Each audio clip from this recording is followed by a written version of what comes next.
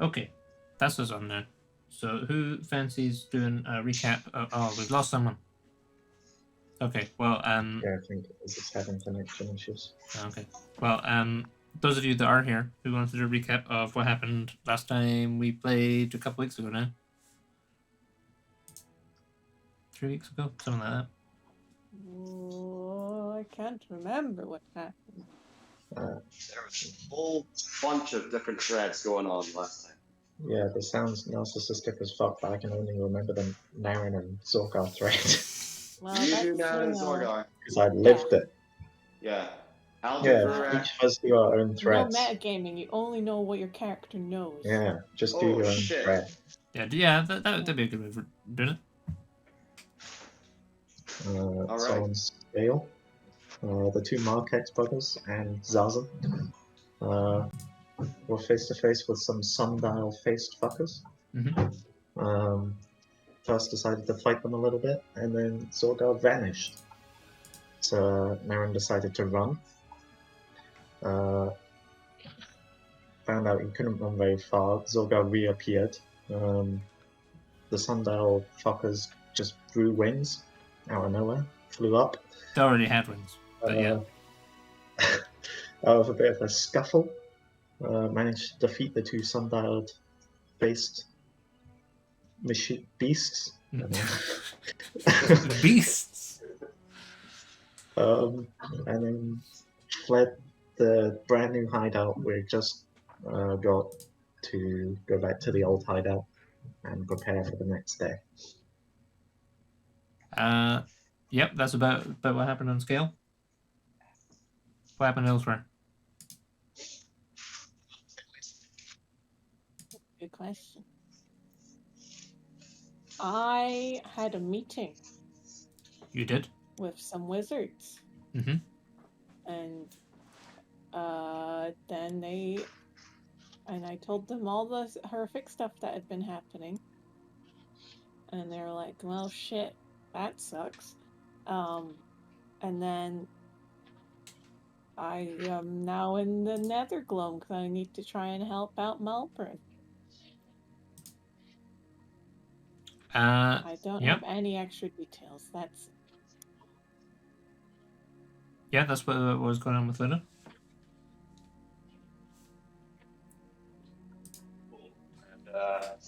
And for Rurak, he woke up, was awoken by Paraffin in the Grand Temple in Meriden. Mm-hmm. Had a little patch up, and then I think went straight to the Holy Font to scry on Muir to see what how she was after they left her up north. Mm-hmm. And had observed that there was no Muir to be found, just gold dust. So felt I think Rurak and Frappin felt like they had to kind of book it up north, so they have gone. I think they did a bit of a tree stride. Was that right? They tree strided up to the north. I don't know how close it was they ended up, but they tried to go to where Muir last was. And that was the end of the session. Yes. Yes. All right, that's much as I remember. And then what was going on with Malbryn? Malbryn's in prison. Yep. And then her aunt came and was a bit of a bitch.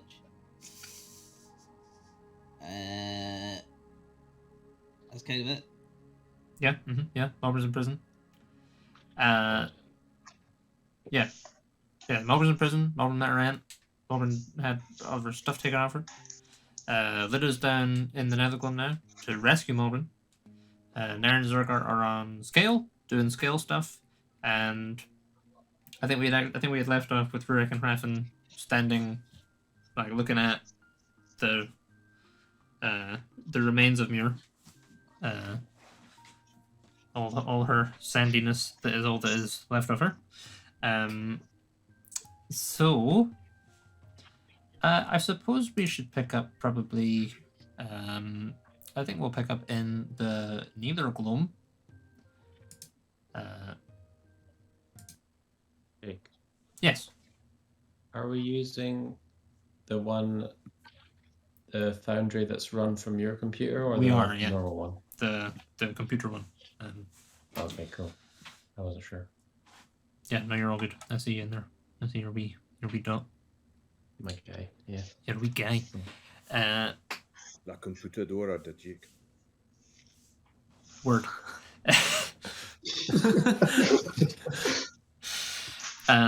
Yeah. Okay. So, Lidda, you get kind of punting through this portal that one of the mages opens up for you, and you step out in this city, which you are given to understand is Morntalos, and you're kind of in an alleyway right now. Now I have some questions, and so, obviously, Lidda's an intelligent lady, and obviously the population of down here is dark elves, of which you are not one. Mm-hmm. So I presume you're attempting to do this in a somewhat stealthy manner. Yes. Yes. Okay. Invisibility. Sure. Is your Maybe.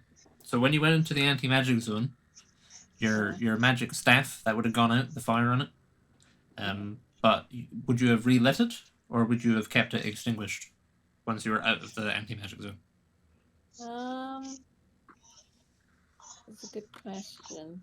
Because obviously that sheds a certain amount of light, because you're basically walking around with a little campfire on you. So that would kind of get us in the way of being stealthy to a degree.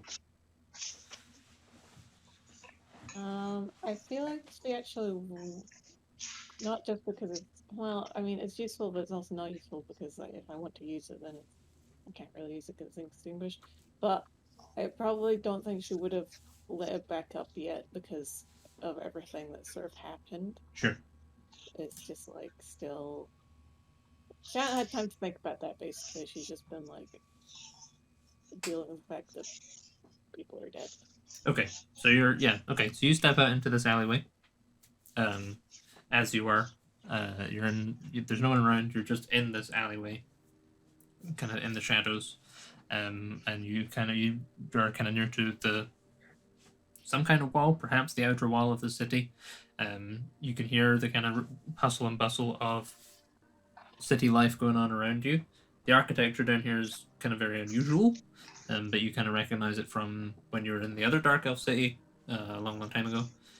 It's all, it's kind of, most things are built out of stone here, and there's a lot of spiky stuff going on.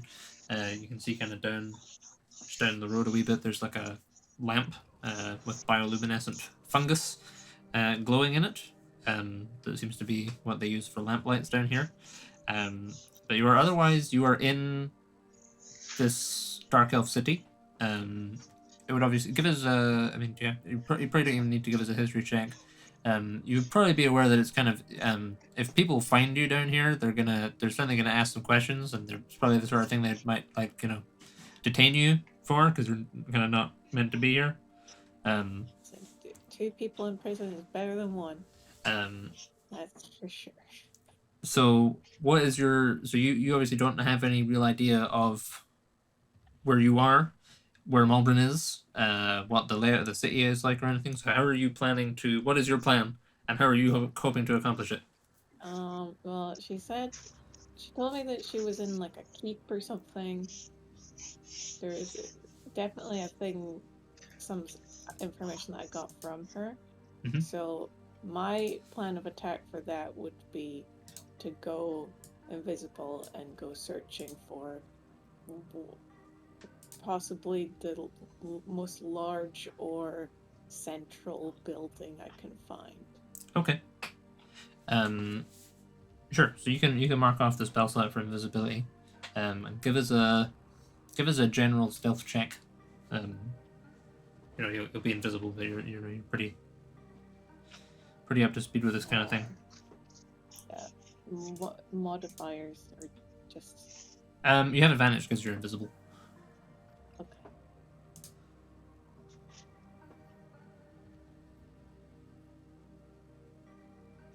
Am I gonna do the right thing?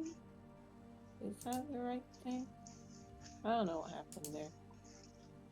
I rolled a 12 Okay. and a natural 1, but does the natural 1 get re-rolled? Because I'm... It would, yeah, because you're lucky. Roll it again! It's a 9. So 12. Well, 12. unless I get pluses. Did you get any dex or stealth bonuses? Are you proficient in stealth or anything? Is 13. Okay. So 13. Okay. So you kind of step gingerly out into the city streets, and you can see pretty early on that there is a kind of a relatively imposing building. It seems like the city is kind of built like sort of like Helm's Deep, where it's set into a kind of a cave wall, like built up against it, and so it has this kind of tiered system thing going on. And you can see kind of at the sort of notionally like the northern end of the city, you can see there is this large kind of palatial keep construct up there that looks like the kind of place you might, that seems like the most prominent sort of a place, and I guess would probably match the sort of the inkling that Malbryn gave you about where she was. And then would you be proceeding kind of over in that direction? Yeah, I'll try and like get as close to that place as possible, and just like also just sort of scouting as I go, just like places that would seem like not government owned places, but that sort of thing where it's like I'm picking up any buildings that don't look like they're shops or just Sure. random homes or anything like. Okay, so you're looking for anything like that civil could have, buildings. like yeah. Okay. Yeah, and just taking a note as I head that way. Sure. Okay, so you kind of proceed onwards into the city, kind of heading towards that palace, and with your 13, this goes pretty well for you at first. You're small, and seems like a busy city, but it's busy kind of by Nethergloom standards. Like there's not that, the population isn't too high. The streets are relatively empty, and it's easy enough to kind of stay out of the way of people. But then, as you are you get about maybe halfway there, and then all the time there's this you can still hear this ticking sound in the back of your head, and roughly 10 or 15 minutes into your little jaunt up towards the palatial structure, you kind of round the corner, and there's this clock tower, it's not immediately obvious that there's a clock tower, but as you kind of look at it, as it comes into your vision, the ticking sound in your head grows much, much louder, and then you're like almost to the point where it's like kind of you have to. It's sort of stunning how loud it is. Like it seems like it's like chiming, and you can hear this match with the ticking in your head, and there's a brief moment where you're rendered somewhat you kind of seize up, and at that point you feel someone bump into you, like someone walking from behind, and then you kind of fall to the ground, and they clearly fall on top of you because they weren't expecting someone. They trip over you onto you, and there's a bit of a scrabble on the streets. It seems like give us a perception check.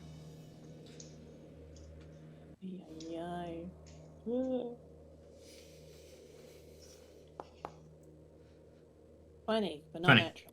Okay, yeah. So just in the split second, you kind of you notice that it's not like a guard or anything. It's just like a regular person, and they seem very confused. And this is as it seems to have attracted a little bit of a scene. What is your immediate reaction to this?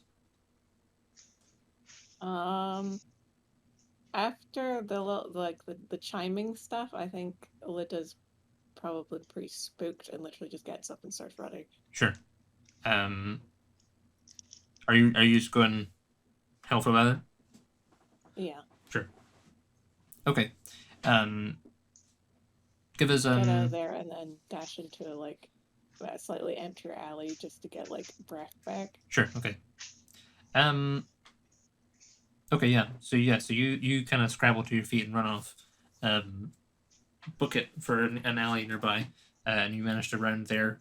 Without no one pursues you, but the alley is close enough that you can hear that there's still some commotion where you had this interaction with this person.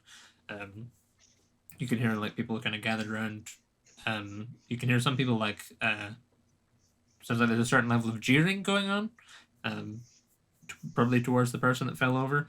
There's also a level of confusion and discussion about something. You hear someone go. They're talking in a language you don't understand, but kind of from the tone of their discussion, you kind of get the sense that they're like they've twigged that there was something unusual happened just there, and so people are a little bit on edge. But you're able to catch your breath in the alleyway for a minute. Meanwhile, up in the north, Raffin and Rurak, you are standing in the snow. There's a little pile of golden sand in front of you. There's a golden sword impaled in that sand. There's a metal arm lying next to it in the snow. And I think one of you, I think Raffin, you had also seen just in the distance through the trees, you had caught sight of a kind of a silhouette of a figure who had turned around and smiled at you and then vanished. So what are you guys doing? Yeah.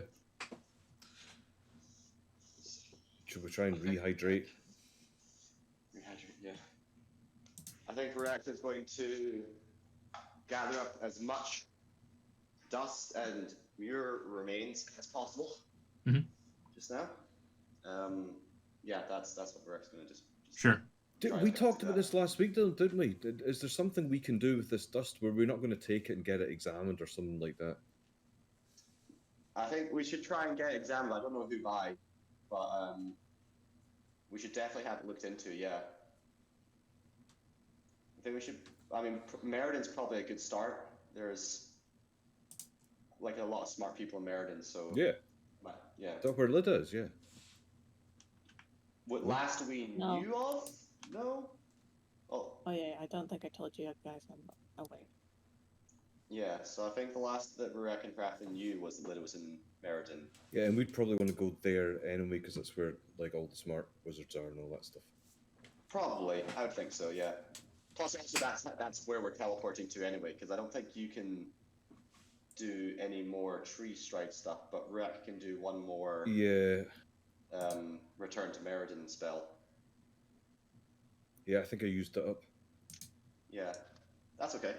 There's no way of like, are we coming back up north? Do you think? I'm just wondering because I am sort of half looking for this book as well. I don't think we're coming up north immediately after this. No, but I don't think it's a good idea to stay either. To be honest. Yeah, no, I get you. It's probably not the time then to be looking for a book, but maybe another time. Yes. Yeah. Okay. So we head back to Merredin then. Yeah. Well, with a jar of dirt. With a jar of dirt, pretty much. Yeah. Well, Raffin, whilst I'm gathering this up, do you want to look around for any signs of Muir? Maybe, I don't know if any wildlife maybe saw what happened or something. Yeah, that's a point actually. Jake, could I do that? Can I talk to the local flora and fauna and see what they've seen? Sure. How are you going to do that? Now, I think I can do it with my ring. I can speak to plants. Hold on. Let me get my character up.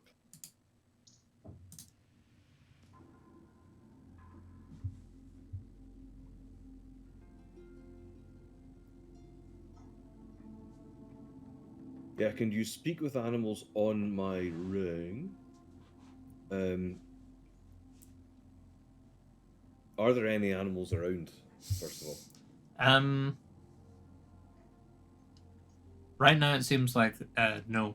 It seems certainly in this local area that you're in right now, it's like in your immediate surroundings, it seems like something has happened and that has spooked like the birds that you'd expect to be here and any other like little like foxes and rodents and things like that. sort of lacking in life to a point that I would notice it as Yeah, a druid. I think so, kinda yeah. like, this is not. Uh-huh. I could cast Speak with Plants. Go for that. That's a good idea. I should note Oh, also that you guys can still hear this ticking sound in the back of your minds as well, which seems a little louder than it was before you left Meriden. Oh. Gonna try and stay aware of that then, Jake. If Sure. there's, if that gets louder or if I hear footsteps or anything, Mhm. then that's a big thing. Can I do one more thing as well before I Yeah. back on things? I'd like to pray for Greybeak to reconvene with us here. Sure. Hopefully he's still around. Okay, yeah. Yeah, you do a little prayer. I'll do like Sorry, go on. I'll do a little. I'll do like a fairly low, quiet-ish whistle that like Sure. carries, hopefully. Okay, yeah. Yeah, so you do a little prayer. You feel pretty confident that your message has been received. You have the sensation that, he's on his way, but you're not sure how far away he is, and how long it's going to take him to get here. You guys have probably been here for a couple minutes at this point, and you can hear that the ticking is getting gradually louder. Right, I'll try and cast, because I can cast Speak with Plants and Speak with Animals at will. So Sure. I'll cast Speak with Plants, and I'll ask the local plants what they've seen in the area, because they can sort of know from after up to a day. Sure. How would a plant express this? So there's, are you speaking to any plants in particular? There's the trees that are around. There's I'll some speak to the bushes. trees. Speak to the trees. Okay. My name is Straff, and I speak for the trees. Sure. Okay. So you're having a little speak to the trees. What are they gonna say? How would a tree say it?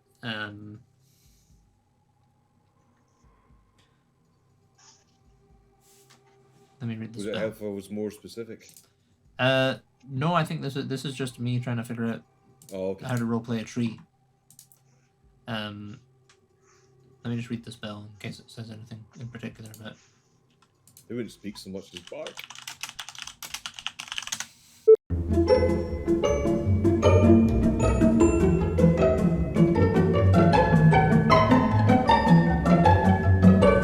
Yeah, so a number of things broke there. Including the stream. Foundry is just broken. It's all gone wrong. That should be everything. Okay, everything should be back on now. Right, so, where was I? Raffin was speaking to the trees. Yes. Yeah, so you, do you say anything specific to the trees? They're all pine trees. Bid them a good welcome, and then I say a hearty hello, and then I say obviously the things have happened here. Can you tell me what you've seen this past day here? I'll explain that I saw this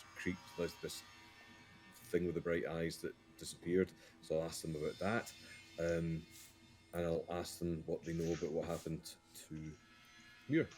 Sure. Yeah, the trees say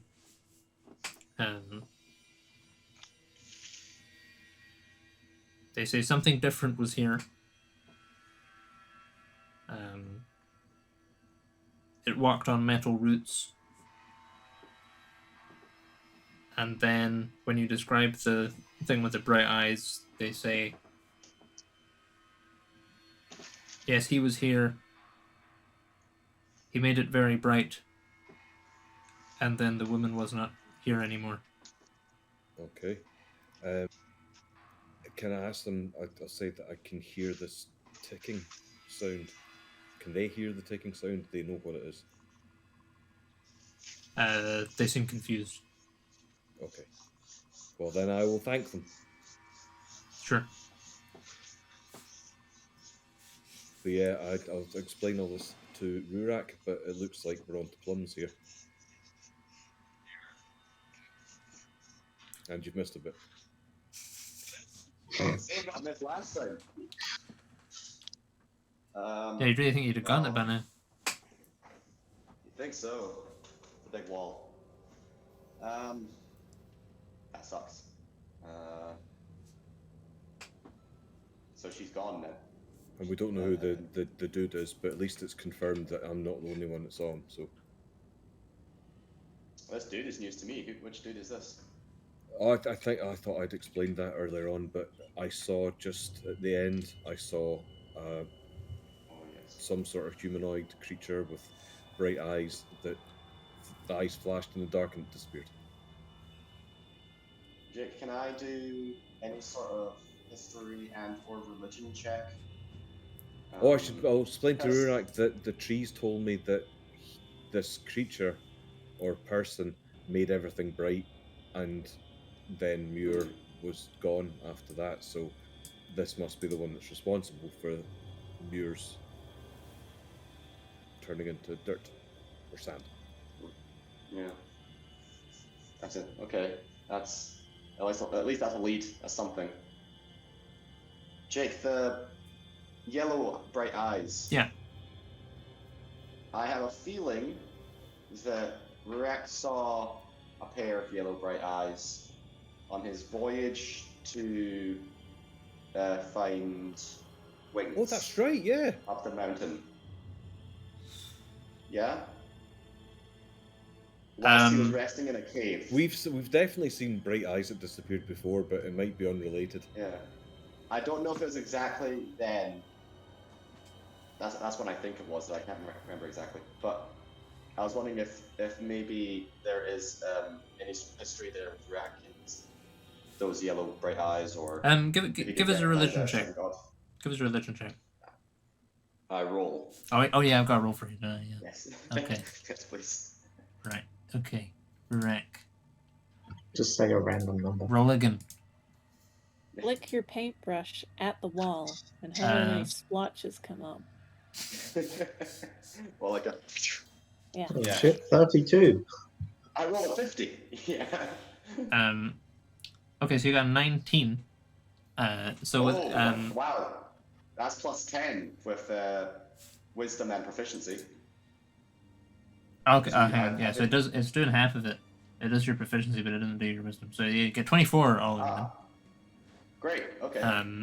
So with the 24, I mean, the things that would obviously occur to Rurak is that, so you've seen, when you were on the moon, you saw the mind flayers had big yellow eyes, but also big yellow eyes, big golden eyes, like bright yellow eyes are something you would expect. Orissa has very bright yellow eyes. Orissa's the little people she made, they also have very bright yellow eyes, and servants of Orissa have very bright yellow eyes. That's one of her kind of defining identifiers. Those would probably be the things that spring out to Rurak. Okay. Rurak is going to start making a mental mind map of different deities, and yellow eyes being like the connecting lines. Sure. Yeah. That's interesting. So like there's a potential connection with Orissa. There's a potential connection with the moon and our trip there. Mm-hmm. Yeah. I think Rurak's actually erring on the side of the moon being the likely suspect just now. Sure. Because those constructs were they obviously they weren't very nautical, were they? No, No. not really. They're Okay. like they maybe had a compass thing going on at a push, like their face might be in a compass or representative of a compass potentially. Okay. That you'd have to kind of go somewhere to get any kind of further connection beyond that, though. Yeah. With the whole moon thing, like that's not necessarily compass or time either, or sorry, time based either, but it's an unknown. Is Yeah. probably the thinking that Rurak's got going just now. Sure. So, I'll just say that to Raffen. I'll be like, hey, Raffen, there's only two places I can think of really that these yellow eyes have come from before. Jake, were they red eyes this time? No. What time are you talking about? Like, I'm talking about the most recent. I thought they were red eyes. They were I was like talking golden about eyes. yellow ones.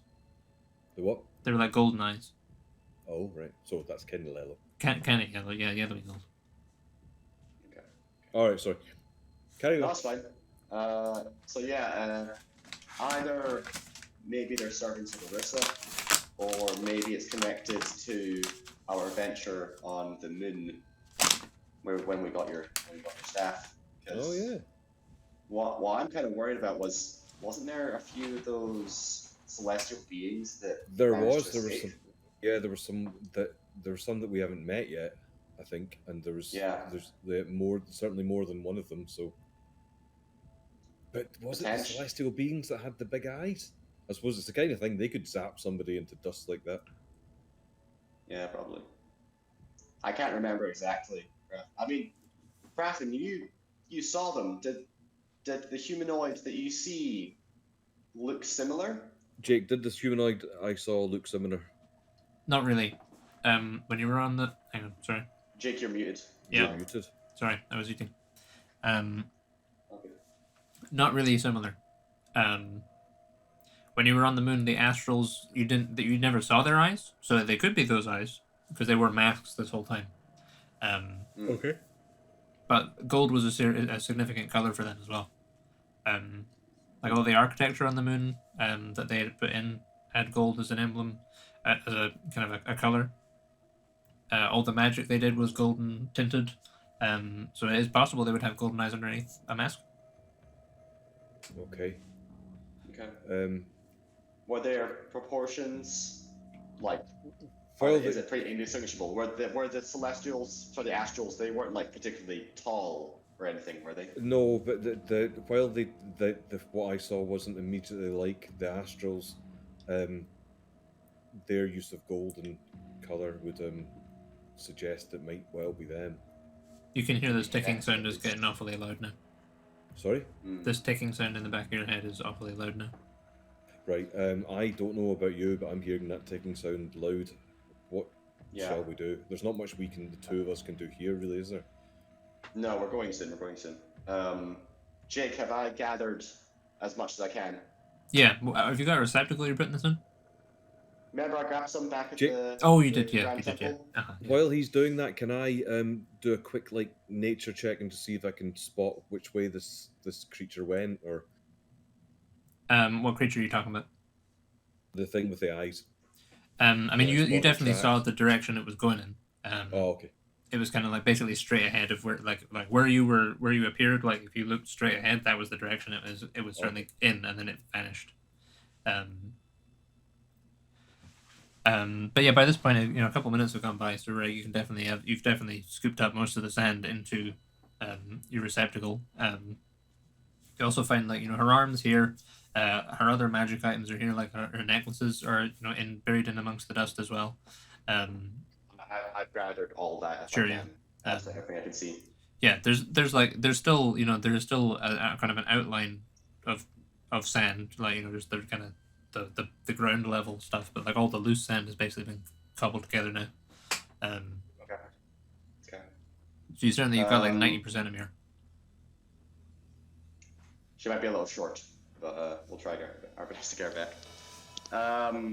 Okay, so Rurak's going to not prepare, because I don't think he can prepare the spell, but actually prepare an action to cast the spell if one of those gold, if a hostile comes nearby and is ready to attack. If there's a hostile that's about to attack him and Vrappin, he's like God's hand on Vrappin's shoulder and it's about to cast a spell. Gotcha. Okay. He's just waiting for Gravy to show up and hopefully land on his shoulder. Sure. Is the idea. Okay. Yeah. Sure. So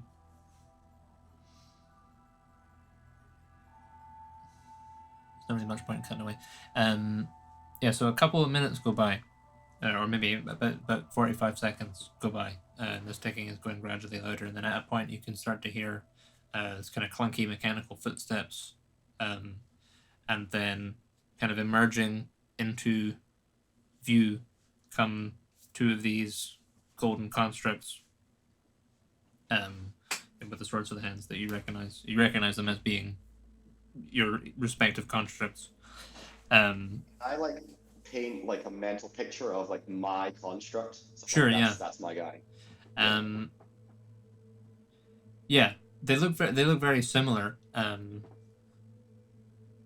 just trying to think. I didn't like get a dent in them or anything, did I? I think you maybe did get a dent in them. Yeah. I think you hit him with a hammer. So yeah, there's like kind of like his clavicle is slightly dented in. On this guy. Sure. And you also notice that on one shoulder there is a little dwarven rune. It's like the letter F is in there, just like engraved on. Oh wow. Okay. Sure. So I see them. Can I get any sort of sense of how close Greybeak is? You can see a little kind of bird shape coming over. He looks like he's maybe like a minute away. These things are probably going to get to you before he will. Okay. Well, in that case, I'm just going to have to shout to Greybeak. Well, Ah, man, that sucks. I'm not going to hold us here forever. We're going to go. I'm just trying to think of what's the best way. Jake, do I know if I do prayer, will Greybeak kind of be directed in whichever direction? If you did something to kind of draw his attention, yeah, you probably, because he looks like he's flying around somewhat aimlessly. He's got like a rough direction, but he's a smart for a bird, but he's not that smart. I'll give him a big whistle. Sure. And then after that, can I try to do I don't know if Altian tongue is something I could just conjure this, but I want to try and tell him to go to Mount Grey Thunder to the Grand Temple. Sure. Yeah. Okay. Yeah. So you let off this whistle, and you kind of see him as he's kind of taking a gentle arc around, but then as you whistle, he kind of he locks on, and he starts kind of heading towards you, and his little shape's growing bigger. But as you whistle, also the constructs start walking a little more pacily towards you, Mm-hmm. And it gets to the point where the constructs are about 30 feet away from you, and he's about 60 feet away from you. What do you guys do at that point? We're gone. Gone? That's Sure. it. Word of recall back to Meriden. Okay. So there's this flash of thunder and lightning, and you guys are back in Meriden, which is a good point to cut away again. All good? So, what is going on? Did we see him just before we left? Was that? No, you saw the golden constructs just before you left. Okay. So, on scale, Naren and Zorgar and Zarzan, you guys have just slain your golden constructs. You've compromised your hideout. It's getting to be probably 6 or 7 o'clock in the evening right now. You've got a meeting at dawn at the restaurant the next day, and then you got to meet with the wizard as well that day, I think, as well. Is that right? So what is your guys' plan?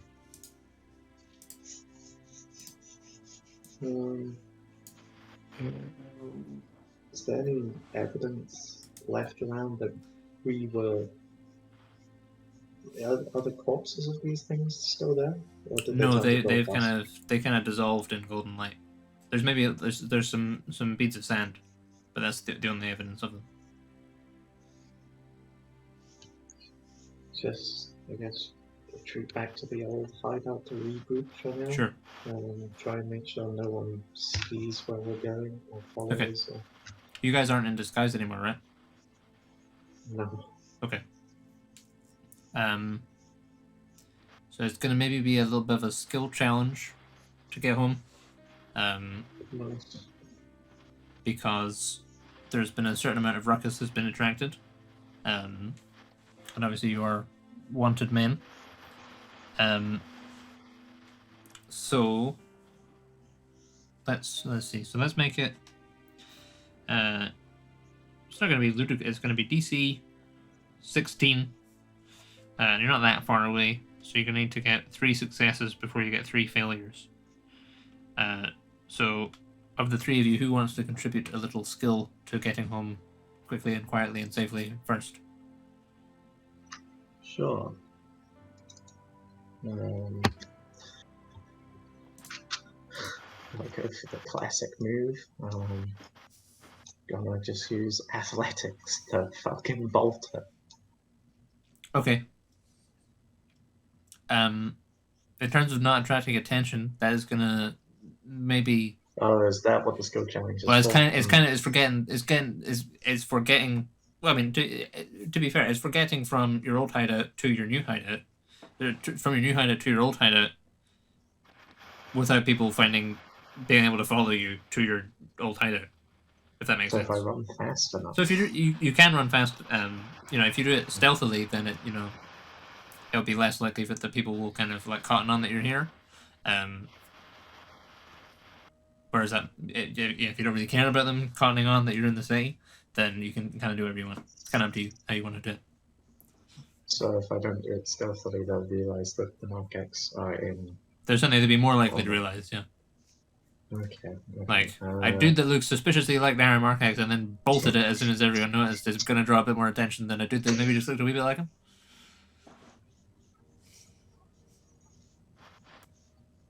Well, instead, I guess I'll use survival to try and plot out the best, most discreet course. Go for it. Lucky. Okay. Can you use lucky on a skill check actually? Yeah, you should be able to. Yeah, that's fine. Okay, cool. There's just an ability check. Fuck. 15. Yeah. Okay. So I'm afraid that's going to be a failure. What do we need to succeed? 16. 16. Right. Try it indeed. So yeah, so Naren, so you guys are, you're like, right. There's kind of, there's a beat, and the kind of you can hear a pin drop as like there's all the citizens outside are like looking in the door of the thing. You guys having just absolutely murked these two angel guys, and then kind of someone is like, I think that they kind of point, and you guys bolt out at the back, and you you manage to get away from the initial scene of the crime. Or the initial scene of the event, and you make it Darren kind of leads you down a couple of side streets, but then a connection that you think is going to take you to an alleyway, Darren actually takes you onto just like a main street, and as you kind of head out onto the main street, there's like a patrol of guards coming up, and they kind of like notice you, and there's a little bit of a standoff. So you're standing kind of face to face, like about 45 feet away from this pack of guards. Who look like they're imminently recognizing you. So who wants to help out next? There might be a good time to use stealth. Maybe? Yeah. Do we agree? Yeah. Yes. Yes. Is this a busy area? It's relatively busy, yeah. I'm thinking we could try Assassin's Creed it and just try and blend in the crowd, just try and phase Yeah, into like everybody and sneak The past. meter has started to fill, and then they blend into the crowd. It's like, never mind. Yeah. Sure. Yeah. Intertwine your fingers, your head down a little bit. I'm gonna give that a go.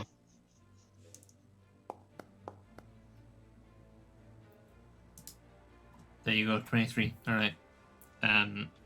Yeah. So you kind of there's this extremely brief like split second standoff with the guards, and then one of the guards is about to kind of like point, and then Zartan, you kind of grab them both, and kind of by like the elbow or something, and pull them into this kind of passing crowd of priests. Yeah, fuck it, there's a crowd of priests. You guys kind of duck under and through and into like a side street, and the guards, you can kind of hear the guards going, wasn't that them? And kind of they seem to have not followed you. So you're kind of back into the alleyways again. You're maybe like a third of the way back. So who's gonna go next? I can't get my sheet to open. Can't get your sheet to Can't look at open. my stats. I don't think some of you may not be connected. You may have to reconnect to Foundry, like F5 it or something. Oh, Because I had to restart the server I when see. my computer freaked out. yeah. Oh, yeah, that's it. I think that's why.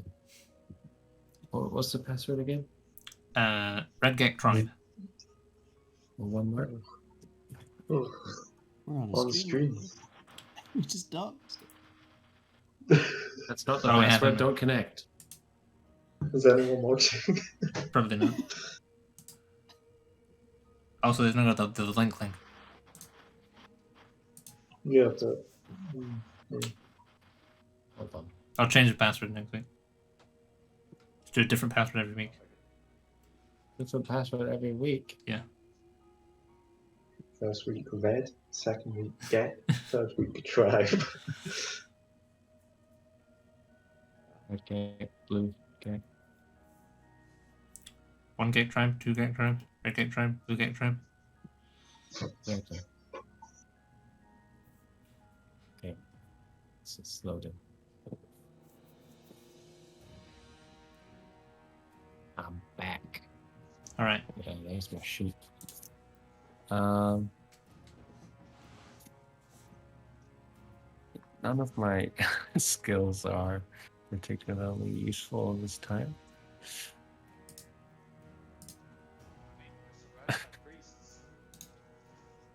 I could intimidate them. Oh, I'm proficient in religion. That'd be good. How are you going to use religion? As priests here, You're going to have to give me a bit more than that. I could use it to appease the priests in some way. I thought we left the priests. You're Yeah, kind I of thought you, we're in an you, alley you there. kind of pass through the priests. You could go back to the priests. I'm not going back to the priests. Also, where the guards are looking. It's like, That's the real right, ballsy guys, move. we're successfully escaping. I'm going back. I think my pal John was in So- amongst those priests. John, over here. Hi, it's me, Sir Markex, the wanted criminal. This guy. Remember me? Dude's a solid man. You can use spells as well, right? Yeah, you can use spells as a religion. Oh. If you got any spells, it might be helpful. I've got a tracker of a spell. Could I use? Maybe this is useful.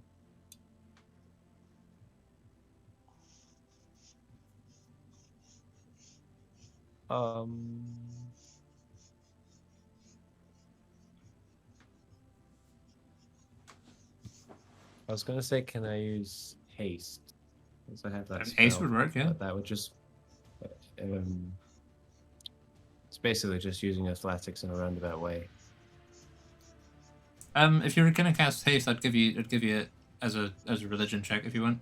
That seems reasonable. Well, I can use it to hide, as well as it Okay. says I can use it to dash, disengage, or hide. Sure. So I'll use it to hide. Okay, yeah. Give us a religion check then. But we can use your charisma. I don't think your charisma is gonna save you. It's pretty good. It's a plus 11. I don't believe you. That's what it says on my sheet. That's for Well, that saving would be throws. plus proficiency. Shite. Yeah. It probably plus is 3 plus then. 11 though. Fucking hell. I'm charismatic. Oh, I suppose you get your charisma save twice. Because Yeah, you've got right. auras and shit. Yeah. Fuck. Alright, okay, well so it is a 1, unfortunately. Are you sure about that? Yep. See how that number's in red, right? Yeah, I can distinctly see a 6 still. Aye, but you rolled a 1.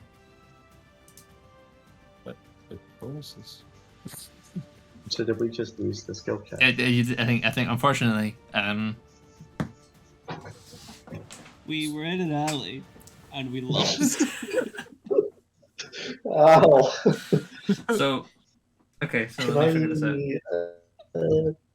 you can only use Lucky to reroll enemies' moves against you, right? You can't. I mean, in the context of a skill challenge, I may regret this, but I would let you use Lucky, yeah. Do it. Come on. Are you approving this action? Well, Is my well, math lucky for today? Might do. I mean, you can use your lucky, or if you have another skill that you could use to. So, like Zorgar's hasted you, so you're in this alley and you jet out, and you're going to be in the path of a bunch more guards. And if either of you have another skill that you can use, then you can make a roll with that, and then give Zorgar advantage, and so you could re-roll it as well. If we're already hasting, can I use athletics to Yeah, actually, yeah, that'd be fine. Yeah. hurry it along? So you give us Unless an you have athletics. something better, man. I have something that reads like it could be very useful. Is it better than a +10? It's a spell, so I don't really know how it works.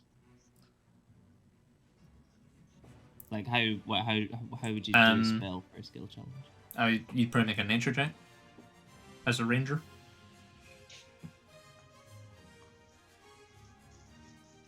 Hang on, wrong sheet. That's pretty piss. Okay. So go with the athletics. Yeah. Okay. Yeah, I'm Sure. just gonna help hurry things along with Alright. athletics. So you give us an athletics. That's definitely yeah. So Zorgar, you can make your religion check again. Naren gives you a wee advantage on your Yay. haste. With his 27. Bloody hell. Well, you religious fuck. Fuck! At least it's not as bad a failure. You still Do I have get one. +3 for my charisma on that as well? Oh, you would, yeah. Yeah, okay, yeah. So you do, yeah, okay, that's fine. You pass. Yes! So with the power of brotherly friendship, Zorgar does a little prayer, and you're already kind of naturally faster when you're around Zorgar these days. You just, I don't know, something about his rippling physique makes you want to just push yourself a wee bit harder. Exactly. Huh? A little weird. And so Zorgar push you does to a keep little grinding, man. Yeah, exactly. Yeah, Zorgar does a little prayer, and you kind of feel you feel almost supernaturally fast, as if Belarius has guided you in this moment, and you jet out the alleyway, and kind of dart over another kind of main street.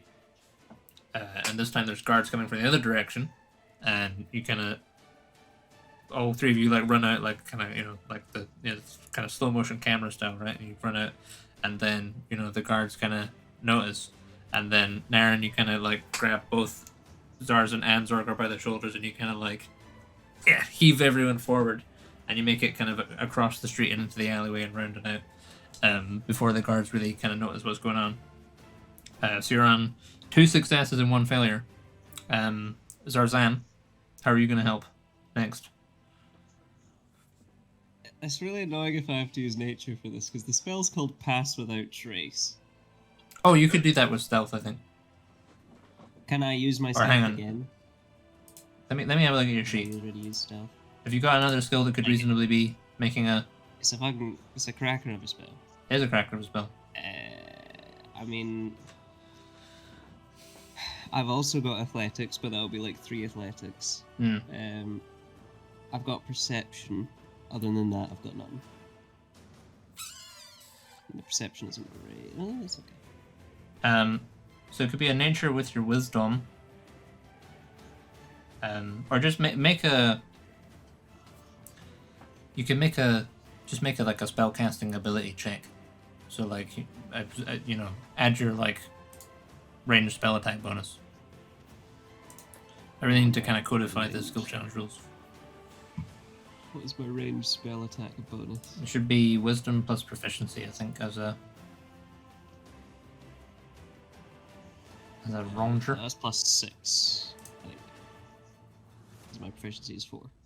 That would make sense. Oh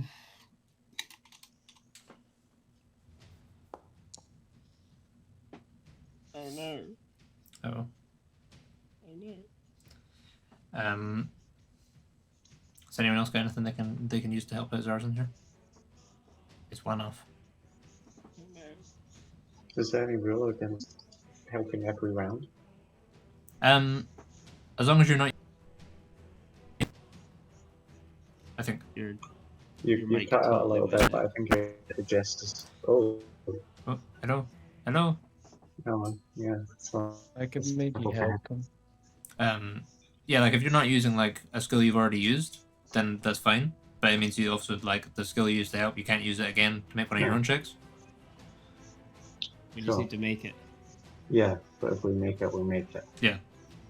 I don't have any great additions though. I don't suppose you have anything great. I have persuasion,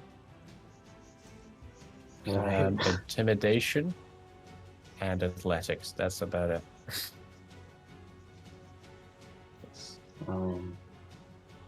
I could use a spell. They went that way. What kind of check would that be? I guess persuasion. Deception, probably. Oh, Does- right. Does the effect of the spell actually happen? It would happen for subsequent. I could cast freedom of movement on you. Because the spell gives everyone +10 to their stealth checks. That's pretty good. I mean, I think either way you'd cast. Are you talking about like if you fail this one and then someone does a stealth check afterwards with a +10 bonus from your pass without trace? Do they get a +10? I think probably yeah. Because You still if you mark off the spell slot, then you still use the spell. Yeah. I need to sit down and work on So if these someone rules. wants to use stealth, they get an extra +10. To And help if that you if even we works use for stealth, either of if we you. get +10. It would be like the next get- check. It would be you the get- final check. You get an extra +10 off of whatever you already get. Next. Yeah. Thing. Yeah. So we can't use it to assist you now. It's like you can try and assist Zarzan to win here, or you can kind of take Zarzan's failure, and then if you use the benefit of the spell he just cast to try and get the last success. That does sound pretty promising, to take the failure and just... But can we not do both? We can try and help them. Well, you and then could, yeah, do if the you have, failures yeah. succeeding. So we might as well try. How many failures do we have? 1 right now. This will be failure 2. So we could gamble it. We could take the failure, and then one of you do a stealth, get the +10, and whatever else to hopefully get a 16. There's no disadvantage to trying to help you succeed on this one, though, is there? We won't get another failure, will I we? think so. No. Unless you get one. Well, maybe. Is that true? Or is that both? I don't know. I'd have yeah, maybe if you get 1, maybe be an extra failure. No pressure. I mean, what are the odds of that? 5%. Fuck it, I'll try to assist, because there's slim downside. I say that, I don't have anything, I'm realizing.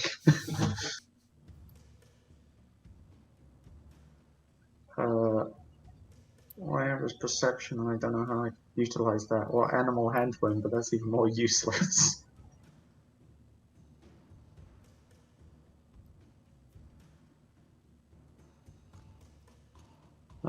You said we're crossing. Are we crossing another main street and there's guards coming up? So you've just come out of a main street, Yeah. and so you've just entered into another alley, and Zarzan is trying to kind of. I'm not sure what Zarzan casting Pass Without Trace looks like. He's maybe, I don't know. Do you see it as an actual magical effect now, or is it more like he's just like critiquing? These fuckers are moving about. Well, it says it's a VSM spell, and C. I think it's the full shebang. Okay, yeah. So it's Do it. so yeah, Zarzan's doing some mad like nature shit, and then all of a sudden you're like, oh, I can't hear my footsteps anymore. Okay. I guess, can I use perception to look for something in this alleyway I could use to stall for time? Sure, yeah, go for it.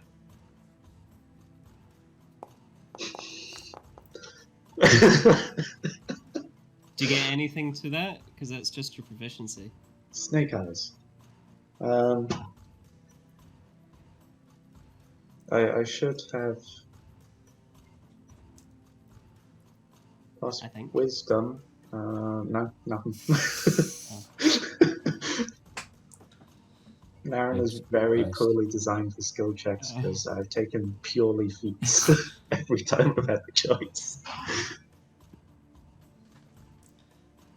Well, so you're using your perception to help Zarzan, is that right?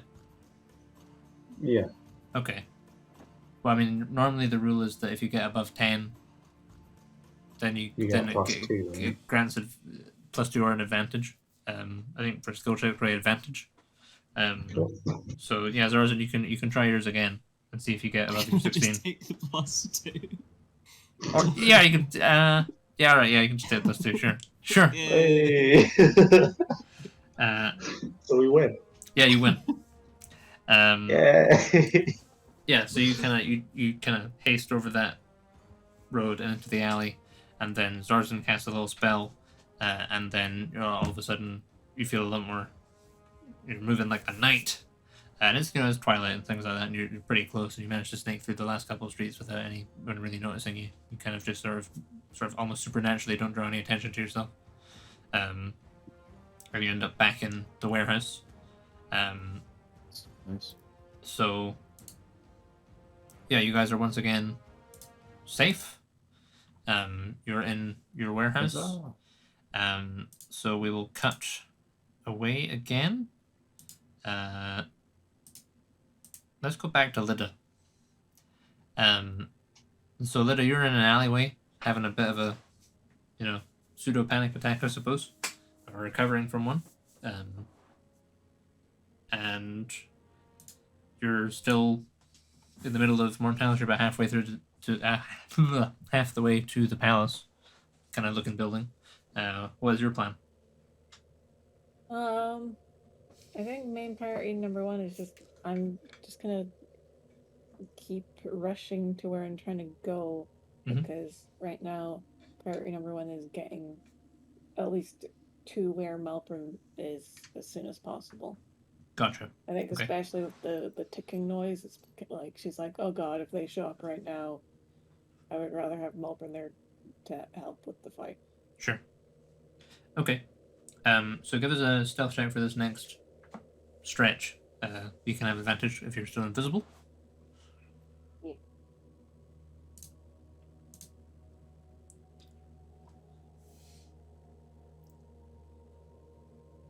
Reload the page.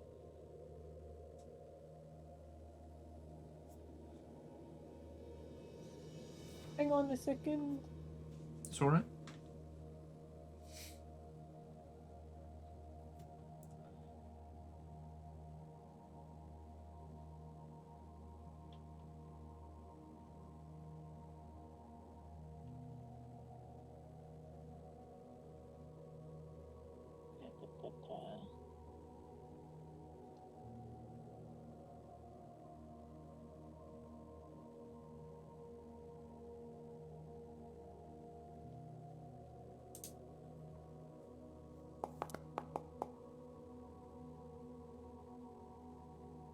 Uh, 10. 10. I'm rolling like shit. Okay. Yeah, so you proceed onwards through the streets a wee bit more. You kind of on your way there, you pass by a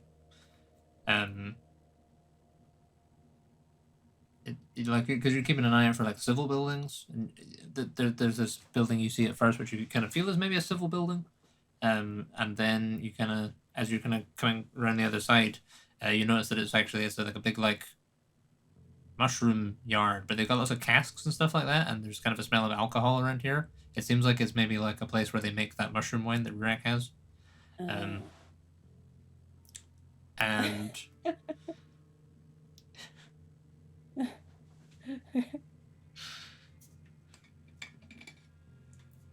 I'm not getting you any wine. I think in my head to the Rurak inside my head. Sure. Like, oh, Get some casks of that. Sure. Okay. Oh. Yeah, I guess I just clock it and then. Oh. Rurak's ears perk up for a split second, and that's it. Yeah, so you pass by this mushroom yard, and then kind of as you're somewhat distracted, maybe by the little Rurak voice in your head, you trip on the cobbles, and like you drop your staff, and there's like a kind of a clatter, and some people kind of perk up, and kind of a bunch of people in the square like kind of swivel around to where you are, and where this random sound with no obvious sources come from, as you're kind of like on all fours, like kind of I guess grabbing your staff again, and then there's kind of a group of dark elf citizens who are kind of like looking at one another and then kind of gingerly stepping towards you. So what are you doing? I'm just gonna bolt again. There's not really much else I can do. I'm just gonna try and keep going. Sure. Just be Give like, us well, give us a wee athletics. all these things that I'm bad at. I'm especially bad at athletics. 8. 8. Why do I keep rolling 9? Okay, can you give me a concentration save? Okay, what is it again? It's like... So just the constitution saving throw. You gotta have above 10.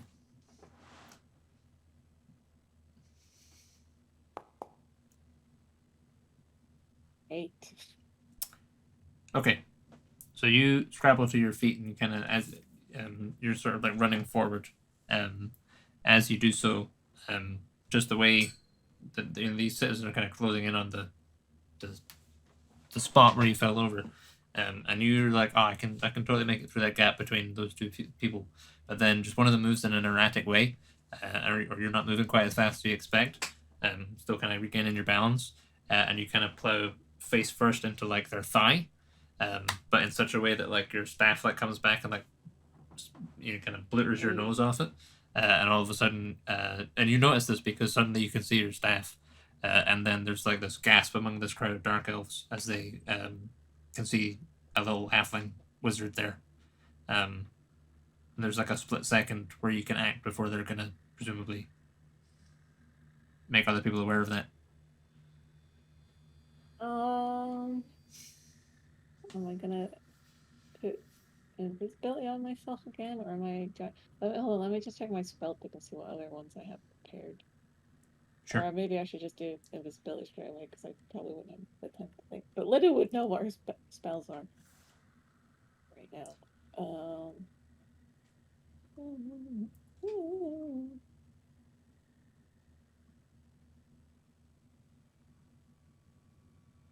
Do I have? No, I don't have that. Okay, right. Okay, I'm just gonna slam invisibility on myself again. Sure.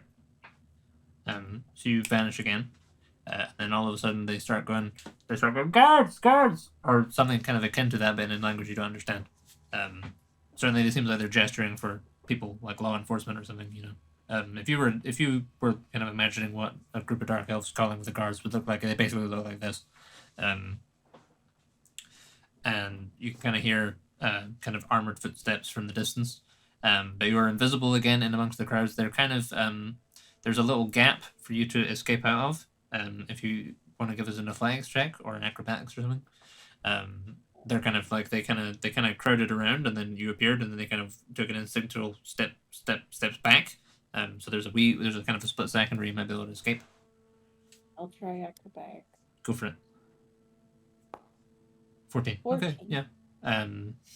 Yeah, so you maybe sort of like kind of scramble forward and like under their legs or something, but you manage to escape out of the little group of them, certainly, and you're kind of at a point where like there's stairs leading up to the rest of kind of to the higher end levels of the city, and you start scrabbling up them, and you can see there are some guards coming down, but they've not clocked where you are because you're invisible. They kind of like run straight past you, and you can hear sort of frantic questioning and discussion from the group of citizens down below.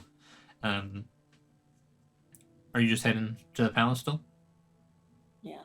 All right. Give us another stealth check. See how you do on this leg. Fail. I would love to roll a good roll, but I didn't. It's a 4. You got advantage because you're invisible. Oh! Go again. Great. 9. It's not your. It's just everything. Only had one roll above 10 so far tonight. Love that. What are the chances? Sure. Okay. So you continue upwards into the. You're about like 2/3 of the way through there, to the palace. And this goes well for you. I think at this point, with how badly it has gone so far, and with people already knowing she's there, she wouldn't drop invisibility or anything, but she probably would not give a shit as much as not like of not banging into people and stuff. Sure. Okay. Yeah.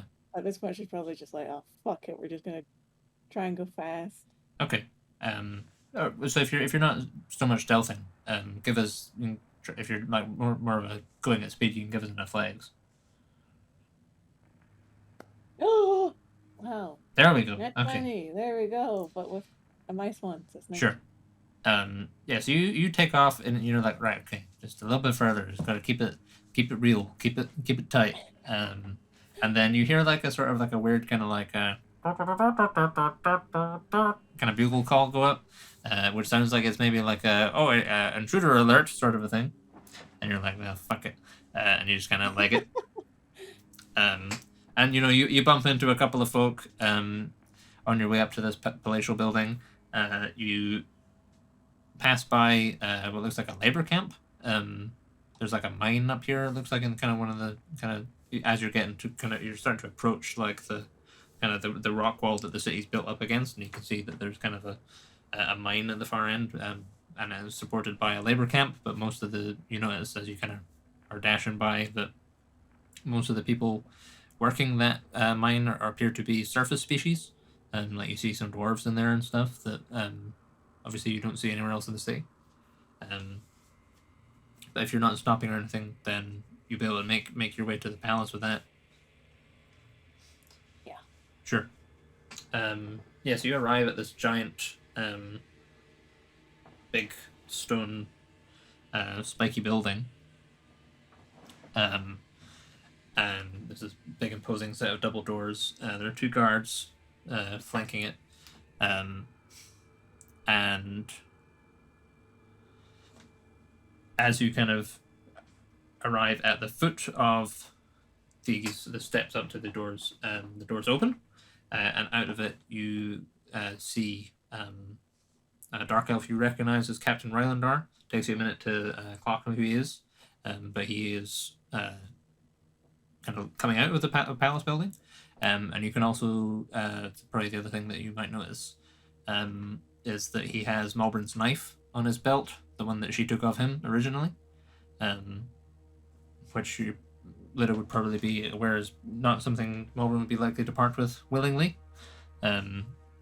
He's kind of starts coming down the steps. Doesn't notice you because you're invisible. But that seems like a good place to switch back to. Where should we jump back to? Is Patrick there? There's just a fridge. He disappeared. Yeah. Just a fridge. The freedom. All right. Well, let's cut back to Scale then. See what's going on Scale. We can cut back to Meriden once Patrick gets back. So yeah, you guys arrive back in your little hideout. It's kind of oh there he is. Yeah. Hang on. Right. Okay. Let's not cut back to Scale just yet. Let's cut back to Meriden. Let me turn Patrick up. Yeah. Cool. Sorry about that. That's right. Yeah, so Raffin and Rurak, you arrive back in the main temple in Meriden. You've got a collection of Muir and her various accoutrements. And you arrive back in the room, like the Shadow Guard are still here. I'm not sure where Tidius has gone. He's probably loped off somewhere. But the 2 knights are still here, and they kind of look up as you get back. sort of expectantly. So what is your guys' plan? So for Raven, we probably need to, or we want to kind of look into this dust and stuff, didn't we? Yeah, so should we head... Where would we think... Would Lid have gone to the spire? Well, Is that what so we probably thought Lid has gone to the spire, but she's seems not like a there. good place to look at. Oh, she's not there? She's not there just now, but we Yeah, don't know but do that. we know that she's not there? Wait, don't I think think we actually did talk because there was like a call. I remember there being a sending stone call before. Oh, yeah. That makes But sense. Because you guys wanted to say that you were going up north again, and I Yeah. think you were like That's right, yeah. telling me to see if I could come with you, and I was like, no, I'm going to go get Malbryn. Do we have any sendings left on either of us, Raffen? Do they... How many uses do they have? Because I haven't not used mine. There's I one per rarely day. use mine. I feel like I used mine for the day to call Lidda before, so maybe we could use Raffen's to just update the group and let them know what happened. Or we could try and contact Lidda. Well, that's part of it. That's like Oh, sure, in the yeah. group call. We'd let Lidda know as well. What do you think, Raffen? You could use your sending stone to let everyone know what's happened. Let's do that. Let's do that. Okay. That's your message to make. Give me 2 seconds. All good. Jake, I know we lost the previous high priest. I forget his name exactly. Uriel, thank you. So we've lost him. Who would be the next? Johnson survived. Did he? Johnson survived. Who would be the next in line? Who is the next in line? So they've not elected a new high priest yet. Yeah. Give us a religion check. I gotta give you a religion check. I'll give you a religion check for you to give me. That'd be great. Normal. You let me know the result of the dice roll, and I'll tell you my religion check. Okay, so you rolled a 13 total. Right, I got 23, Jake. A 20. Sorry. So you rolled a 3. Oh. Okay. I got a 13, Jake. A 13. Okay. I'm not sure Rurak would know. Yeah. Because Uriel passed away, and then you guys were out of the city for ages, and then you were in Scale, and I'm not sure you'd be super up on the kind of the finer points of the comings and goings of the overall church. But you can certainly ask someone. Oh, yeah, I'll ask someone. Lost, Sure. lost Raffen. Another message. Yeah. Sorry, yeah, I was just when you were saying that, they were just announcing the vote, and yeah. So I'm going to message the group and see what everyone's up to. Is that the plan?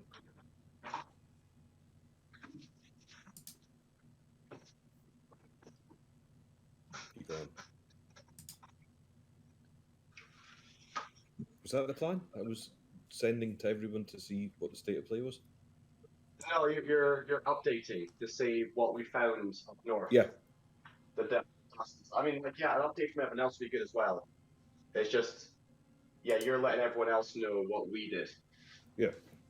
Yeah. So I'll get on the sending stone and explain that we've come to Meriden, that Muir got zapped, and some weird creature with funny eyes that was a bit golden, and might be related to the Astrals, has been monkeying around with things. And we come to Meriden to see if we can sort it out and Sure. find Lidda, but Lidda's not there, we think. It could be related to Orissa as well, Raffen. But it could be related to Orissa. Potentially. All right. Any response from? I suppose it'd be Naren or Zergar. Lidda, you'd obviously hear this, but you're about 6 feet away from Captain Rylander at this point, so maybe you wouldn't want to be speaking.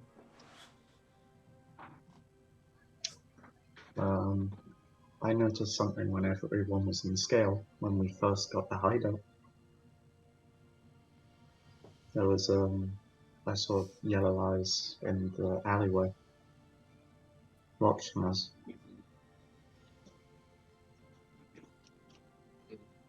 Okay.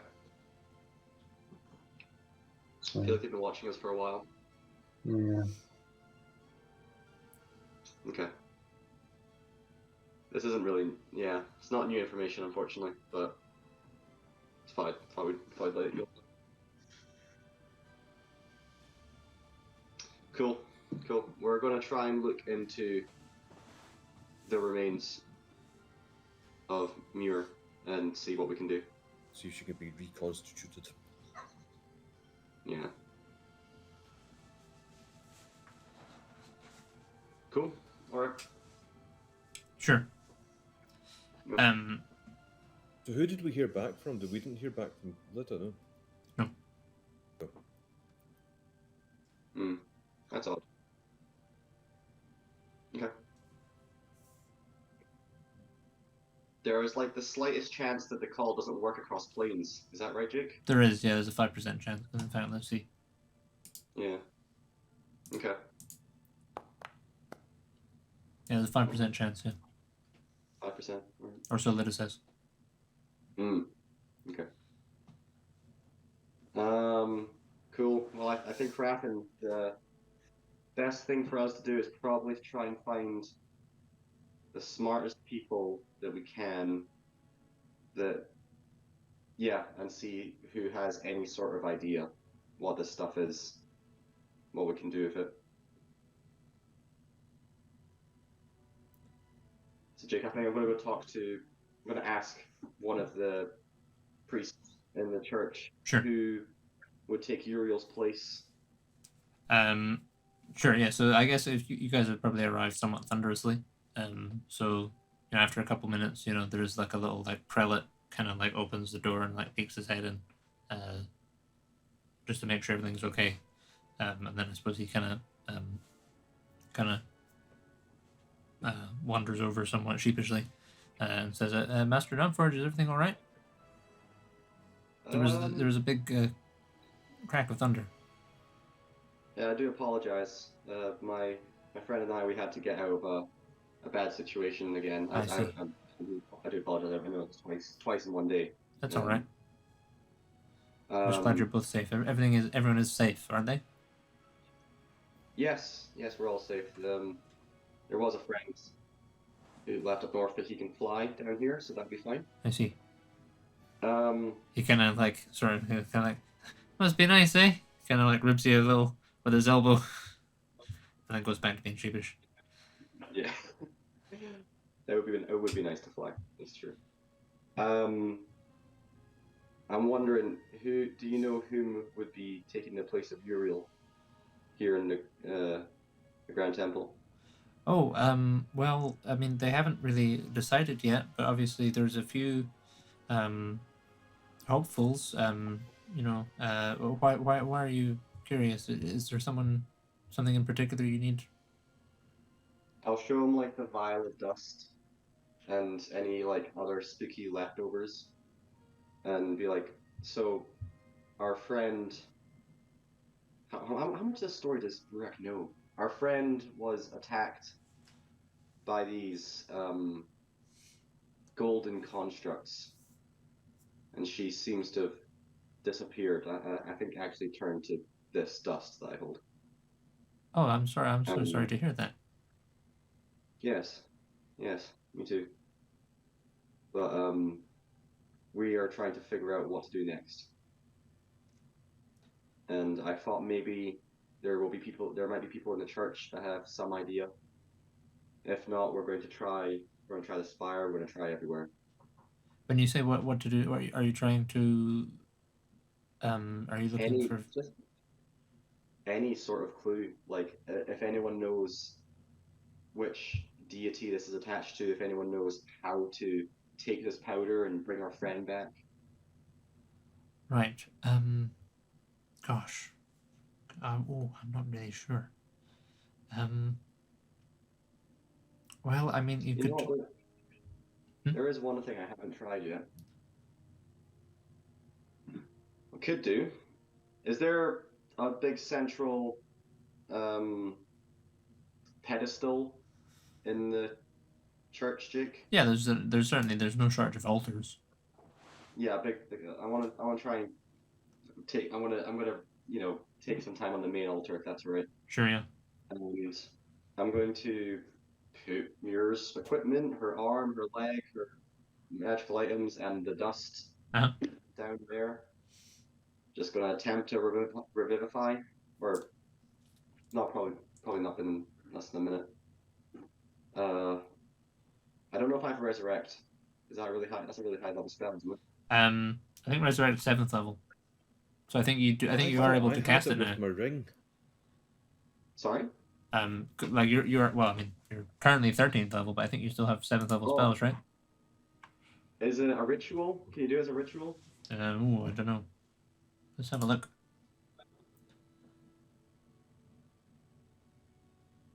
Spells. I've got a lesser rod of resurrection. Oh. That might be consumable. You want to read the card of that, Frack, and see what it does? Yeah, the rod is 5 charges. I've got it ages ago. The rod is 5 charges. Yeah. While you hold it, you can use an action to cast one of the following spells for it. Heal expends 1 charge, or resurrection expends 5 charges. Oh, you can actually do a resurrection? Is that not? Do you not use that to bring back Lidda's sister? Am I remembering that wrong? Oh, I don't know. Because I've just read there, if the rod is reduced to 0 charges, it disappears in a burst of radiance. So I guess you can only resurrect with it once. Yeah. Oh. So if we've used it already, and I think we might have. If we're going to do resurrection, we can do it tomorrow. Resurrection is not a ritual. It takes an hour to cast, so it's a long time to cast, but you don't get it for without. Okay, we're gonna have to try it tomorrow then. Sure. In that case, sorry, I'll just continue the conversation I was having with. Sure. Yeah, with the person. I'm with you, am I? Yeah. Yeah, you're around, yeah. Yeah, because I would like to explain what we saw in terms of the figure. I'll just describe what we saw. Sure. And explain that the tree reckoned it had produced a lot of light, and then Muir had been zapped. Sure. Yeah, the wee guy, he seems quite. He seems a little out of his depth. He's like, gosh, I'm not really entirely sure. I mean, perhaps Brother Ezekiel would be able to help, or certainly he would know more than I would know. I could see if he's available. Would that be helpful? If he's here, please. Sure. So he dashes off. Okay. Yeah. So I mean, he didn't really explain whether he'd be back to tell you whether or not he's here, or if the guy who he's off to get is just going to come down, or what. So you have you're in a sort of a limbo. If either of you are wanting to have any discussion or do anything. I think at this point, Rurak's just tired and would like to sit. Sure. Yeah. Grafton, is there anything in particular you'd like to do just now in the city, or? Not that I can think of. Okay.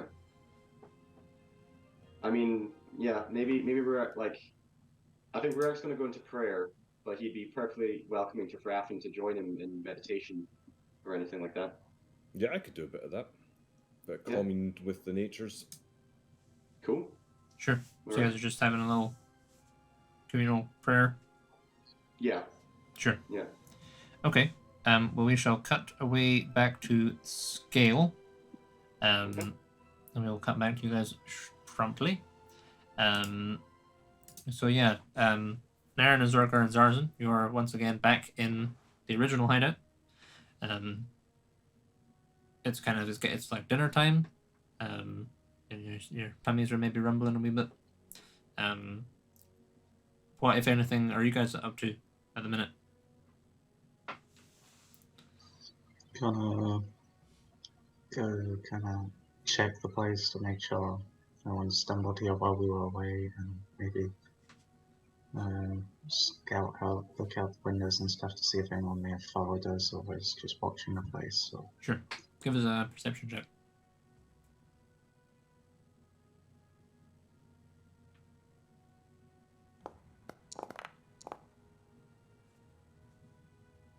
22. 22. So the hideout still seems secure. Doesn't seem to be anything going on.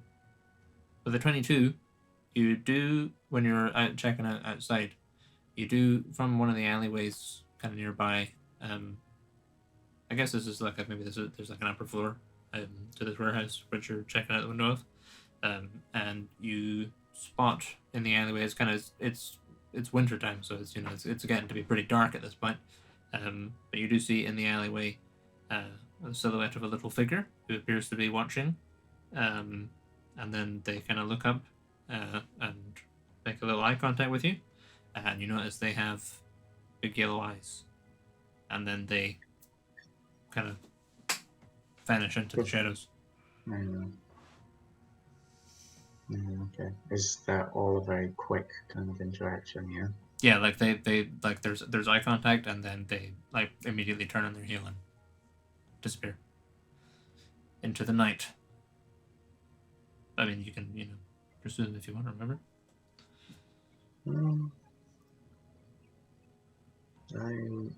I have a cloak with a hood, right? I might try and pursue them as far as it would expose me to a crowd of people. Sure. Yeah, I mean, yeah. Are you if you're going after them, are you mentioning it to anyone, or are you just heading out? If they're within earshot, maybe not scream it, but shout it loud enough that the neighbors wouldn't hear, but they might. Yeah, you could probably. I mean, I'm sure you on your way to an exit, you probably pass by a midpoint where you'd be able to speak to Jarzan and Zorgar. I'm off hunting a wee guy with yellow eyes. See you in a bit. Unless you want to tag along. Catch you. See ya. Sure. So you just going after? Yeah. All right. Give us Well, I mean, how are you going to track this guy down? So he's just disappeared into an alleyway. What's your plan? There's like 15 seconds go by as it takes you to get downstairs, communicate where you're doing, and then get outside again. I'm going to attempt to kind of, track from where I saw them, like any kind of knocked over bins as it ran, or any kind of stuff like that. Sure. Give us go for investigation then. Investigation or survival. I suppose, yeah, survival will be fine. It's kind of tracking. 16. 16. Yeah, you do notice a kind of an overturned barrel in the alleyway, and there is interestingly, you notice there is a. What did you get? 16. 16. Yeah. So there is this overturned barrel, and you also notice on the barrel there's a like a leaf, a frond. There's a frond of seaweed on it. Seaweed. Yeah. All right. Whether it's a barrel full of seaweed, unclear, but there is seaweed on it. Any other tracks as to where this little thing may have gone? Sorry, he's not that little actually. He's like man-sized. I don't know why I used the word little. He's. I guess because of perspective. Yeah, perspective. Yeah, I sounds suppose. like. Yeah, he's a buff. Yeah. So yeah, it was he was a decent sized bloke. Maybe also consult Nautilus. Malbryn is like seaweed. Is this? Check in the barrel. Maybe it's full of seaweed. Is this city coastal? It should be. All the best cities are coastal. Yes. Well, it's probably just regular seaweed then, isn't it? Thanks, Nautilus. Stop lollygagging. I'll continue the pursuit if there is a pursuit. Yeah, I mean, There's you know, you're 16. That gives you certainly you're able to follow the alleyway a bit. Give us a perception check.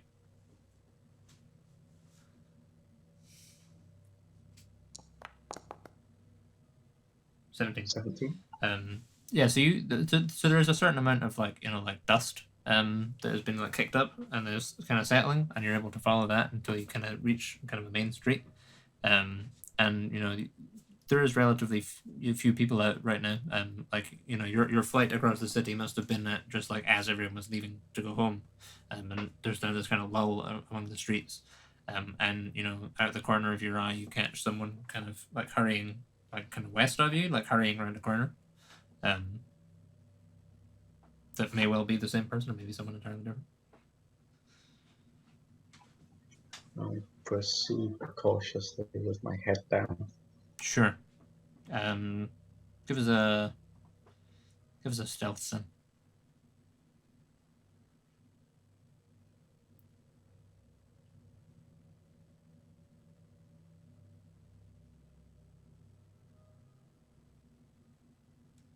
Oh, is he frozen?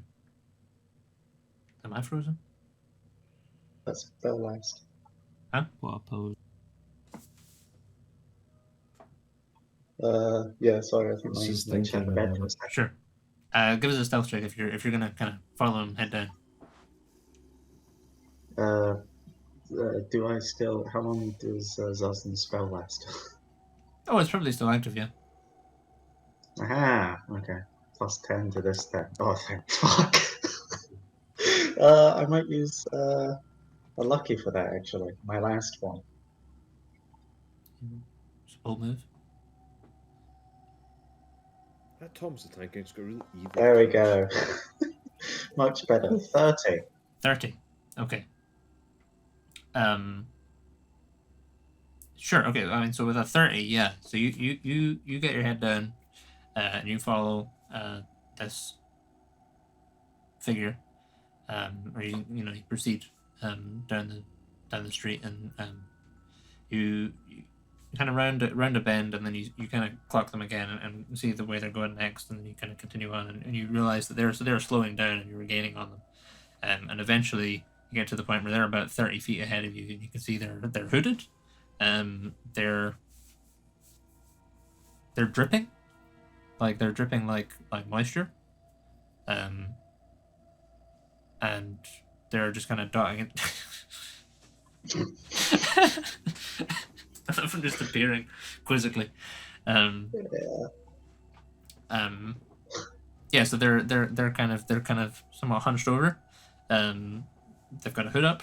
They're wearing wet clothing. And they are kind of just about to dart into an alleyway. And you're close. You've basically caught up to them at this point, but they're not aware that you're here. So what is your move here? Are we at all heading towards the water? Broadly speaking, so hang on. How coastal is the city? I've forgotten. Let There's me a have a look. port, right? It does have a port. Yeah. You're on the north western side. You're moving. The sea air is becoming gradually more potent as you follow this thing. Person.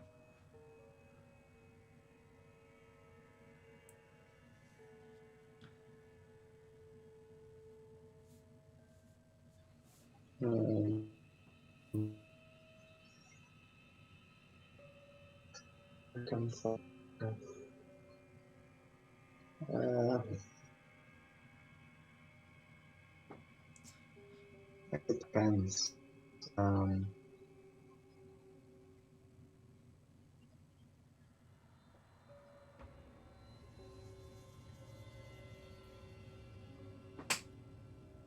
know. Nah.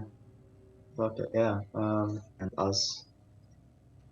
You cut out a bit there. Hello? Hello. Hello? Hello. Yeah. My internet does not seem Internet's to be doing being well. weird.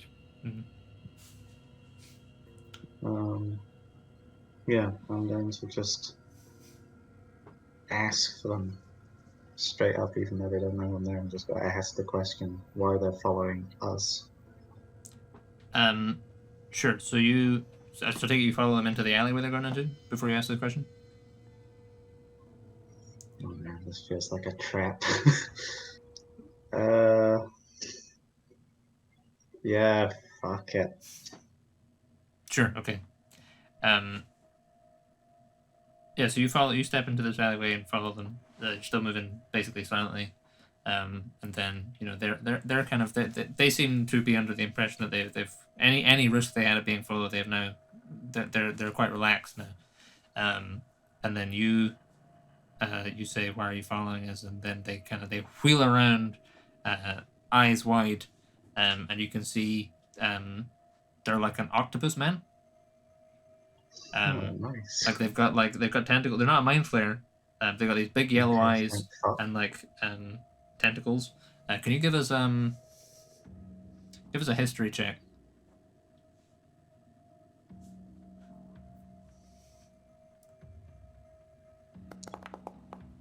Yeah, 10. 10? 10. Yeah, 10 is probably what. You recognize. You don't recognize this specific individual, but you recognize Sure. they look very similar to the Kraken cult you've met on Anchor. Oh, fuck. And so they wheel around, and that seems like a good point to cut back to the Neither Gloam and see what Lidda's up to.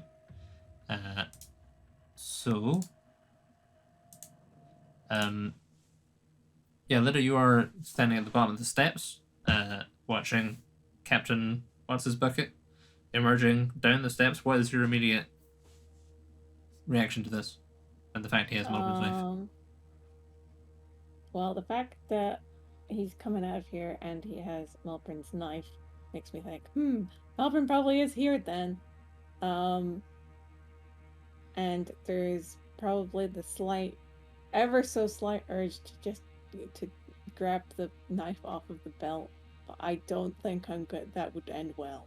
Sure. I think that would be a silly thing to do because my sleight of hand is like +1. Sure. I think he would notice. So instead, I would just sort of like do a little rotatey circle around and try and get into the building. Okay, yeah. Like while the doors are still open, so I'm not Sure. like.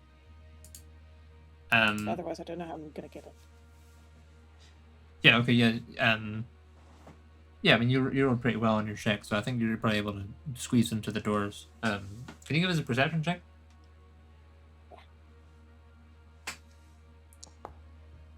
Never mind. It's all good. The worst possible thing I can roll. Yeah. So you squeeze into this through these set of double doors, and you see it kind of leads you into this large kind of great hall. This is probably one of the great halls you've seen, because sorry, go on. This might be a silly question, but because I just am in a palace, can I look down and make sure I'm still invisible? Yeah, you're Just still in invisible. case Yeah. Okay. Just making sure there's no like wards that were. No, like, yeah, you at the seem to be door all or right. something. Okay. You do feel like there are wards in here, like you do sense the presence of kind of abjuration-y magic, but right now it doesn't seem to be playing havoc with your invisibility anyway. But yeah, you enter into this room and you can see the far end of the room, like built up against the wall, is this huge opal throne. Have you seen Arthur and the Invisibles? No. Okay, never mind.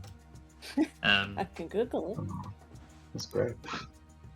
I've seen it. Yeah, I mean, you remember Prince Malchid Yeah. Zach's throne or whatever he was called? Yeah. It's like that, but it's made of opal, right? So it's big kind of like huge gemstone throne. I see it. And there's steps leading down from it.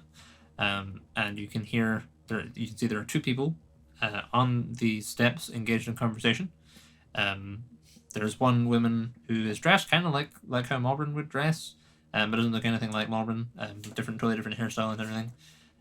She's kind of like stood kind of arms crossed, with her back to you, so you can't make out her features. Obviously, it isn't Malbryn.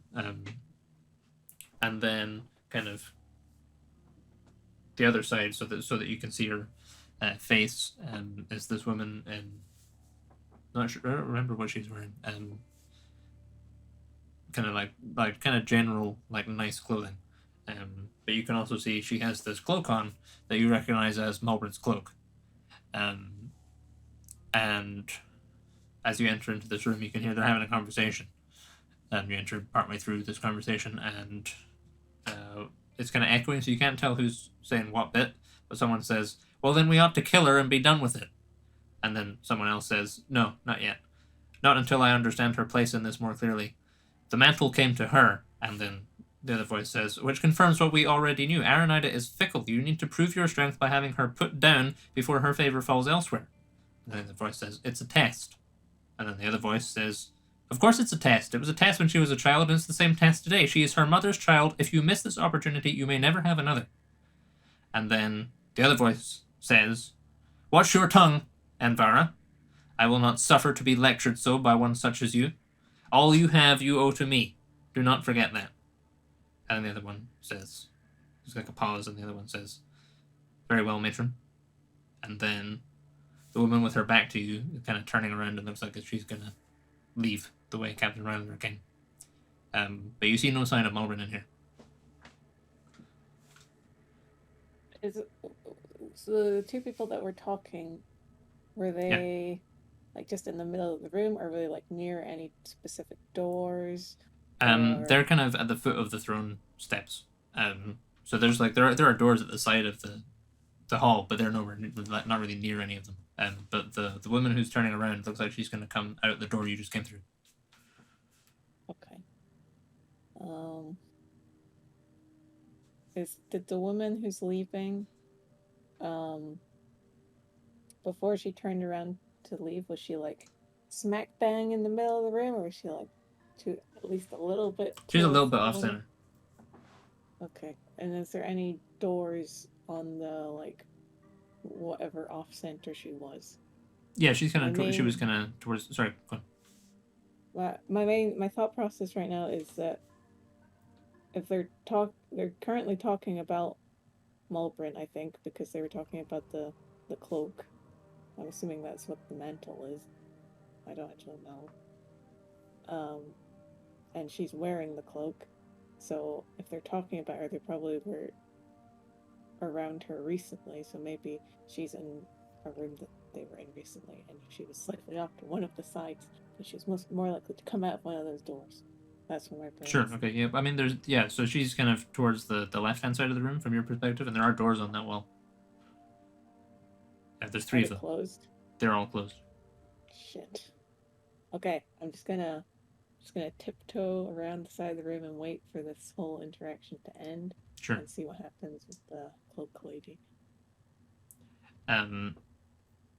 Sure. So you tiptoe around the side.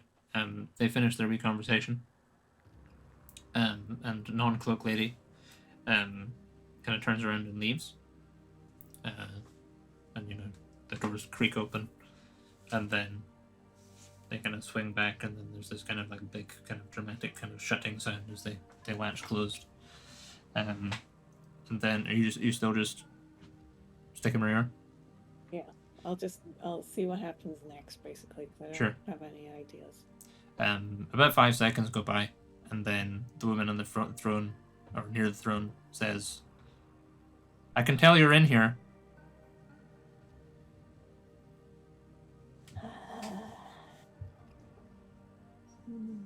Is she looking at me, or is she just like talking? Like she can sense me, or she can actually see me? She's certainly looking in your direction. She's not like it's not like she's making eye contact with you when you're invisible, but she kind of seems to have quite a good indication of where you are. I'm gonna go, like, do some dodges and see if it catches her eye a little bit. She kind of keeps her gaze kind of fixed to the rough area where you're in, and then says, "Why don't you come out where I can see you?" Oh, she can't see me. She knows I'm here. And so this is just a big throne room with some doors along the side, and Yeah. all the doors are closed. Yeah. Is there any openings anywhere? Is there any openings anywhere? You can hear on the other side of the room a door is opening, and there seems to be some guards coming out of it.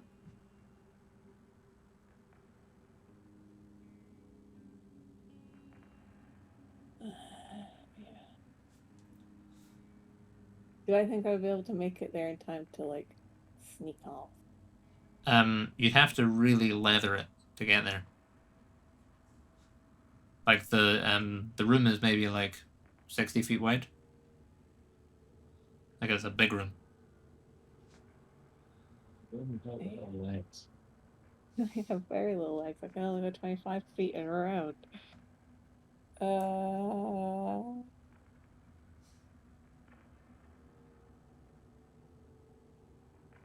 Well, she knows I'm here, so I might as well talk. I'm not coming out of invisibility because I don't want to yet. I'll just be like, I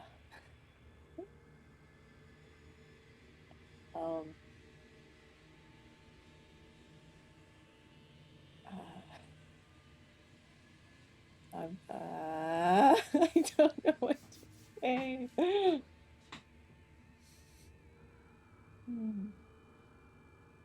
Getting caught this early wasn't the plan. You know what? I don't know what to say, so I'm going for the door.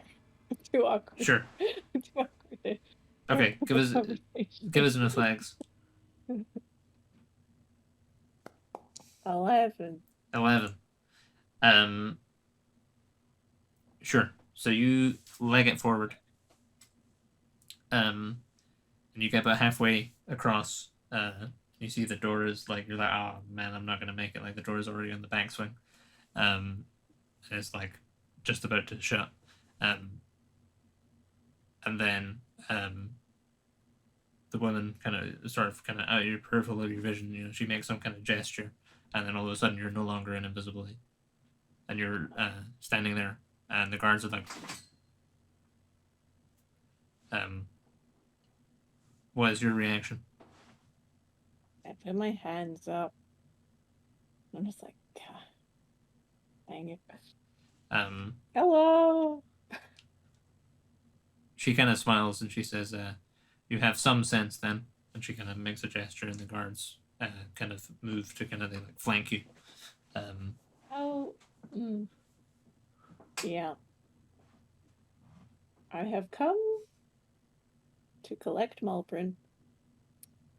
We'll take her off your hands. We'll just get out of here. You know. And then you don't have to deal with whatever's happening down here. She didn't even want to come down here. She was doing other stuff.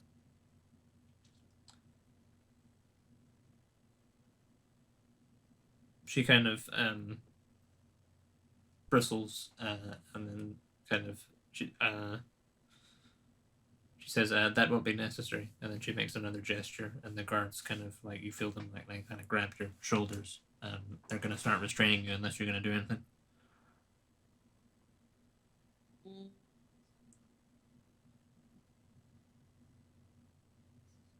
Not am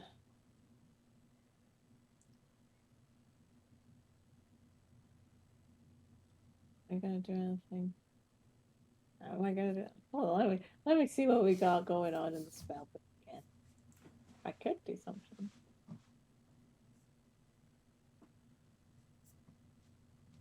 I mean, I'm gonna get arrested anyway. I might as well try something, really. Ask for forgiveness, not whoever or whatever. Look at this. Not anything too extreme. I'm not gonna attack anyone because I think then they'll just kill me. What I do have.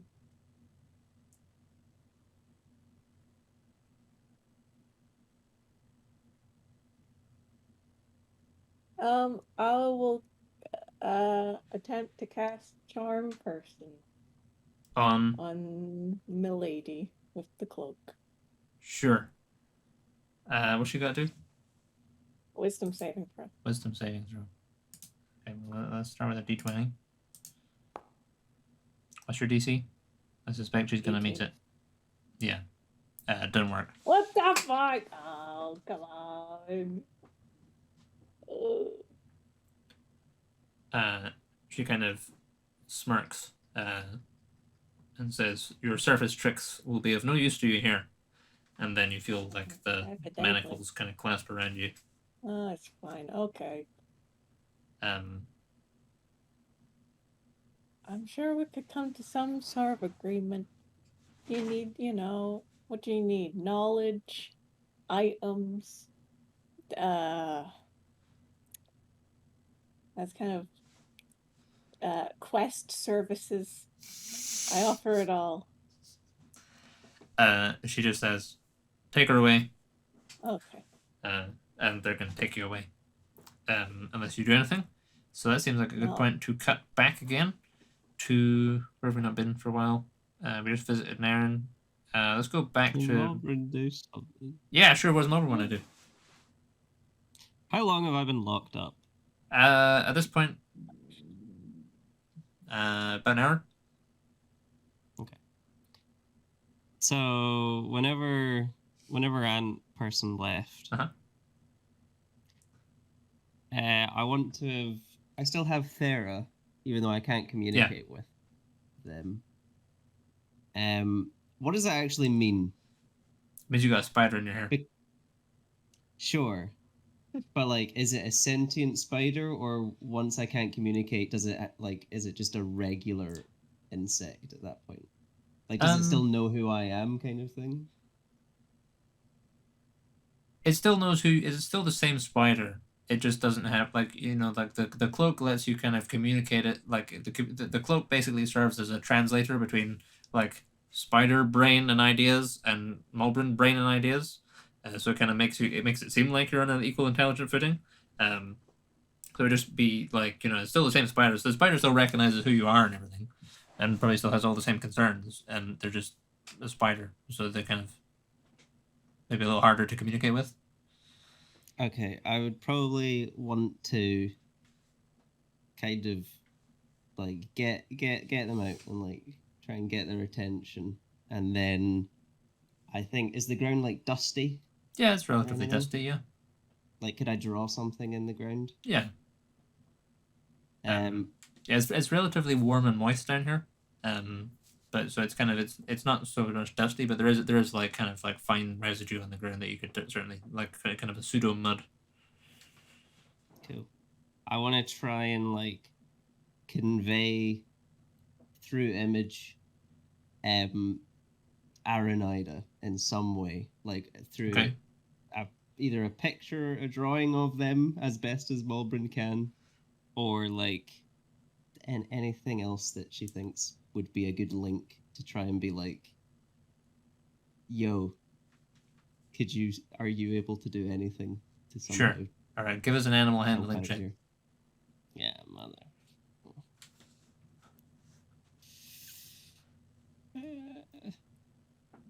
On Malbryn. Spider charm. Oh. As a 16. 16. You feel like you successfully communicated the concept of Aranida to it, and it turns around and fixes you with all 8 of its beady little eyes, like expectantly as if it's waiting for the next thing.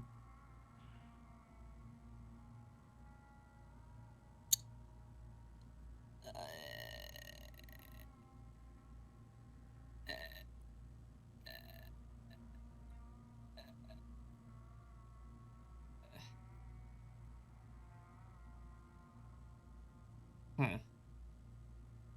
I would draw a question mark because clearly it understands grammar and punctuation, and then I'd kind of give like a Right.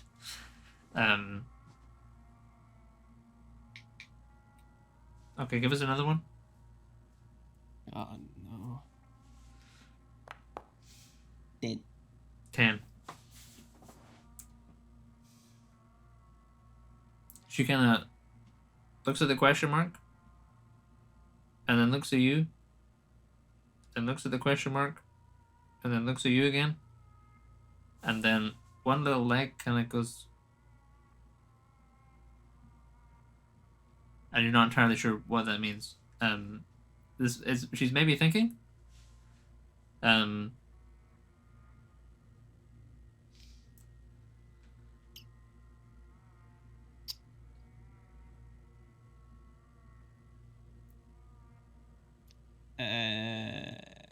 Cool. I've not got much else. Sure. Okay. Is there anything else you wanted to do? Probably not. Still just hanging tight for some amount of foreseeable future. Sure. Not like giving in, but like Yeah. Just kind of seeing where this road goes. yeah. Sure. Okay. Yeah, she does seem like she's thinking, but you're like, you're not entirely sure what she's thinking about. But there certainly does seem to be a level of contemplation going on in the little spider's eyes. Sure. Is Mr. Dawnforge around? Is he still painting? Is he just painting? Oh, he's there. There he is. Oh, a hand. A hand. Okay, let's cut back to Meriden then. Hello. Hello. Right. So yeah, so you guys are doing your little prayers. About 20 minutes later, the little prelate guy comes back. He's got some other dude with him. And this dude is kind of like a middle-aged human. And he kind of comes over. He's got like a big, pretty robust beard going on. Blonde hair, blonde beard. He comes over and introduces himself as Brother Ezekiel. Shakes your hand. And he says, yeah. What appears to be the trouble here? I understand. Might be able to help. Well, hopefully. Thank you for coming to see us, Brother Ezekiel. We have had a bizarre interaction with some constructs that has kind of escaped myself and my party's knowledge. Unfortunately, one of our party members, Muir, has been killed by this construct, and now all we have left of her are these. She seems to be turned into this golden powder, this dust or sand, and I'm looking for anyone that would have any idea what may have happened. I see. Well, I'm obviously terribly sorry about your loss. That's a hard thing to go through. Thank you. I understand you and your party have a rather transient relationship with death. I understand you brought people back before. Is that correct? That's right. I possess the ability to bring people back. I think Fraffin perhaps has that as well. But this escapes both of us. Yes, that is. I don't want to get your hopes up about anything. To bring your friend back would require fashioning an entirely new body for them, and that is something beyond me, beyond anyone I know in the church. Certainly, not even Uriel would have been able to do it. Well, that's quite something. But do you know that's something that can be done? There are fables and stories that suggest, saints of old have been able to do it from time to time. I'm not sure quite on that scale. He kind of gestures to the vial, and that's certainly not anything I've seen with my own eyes.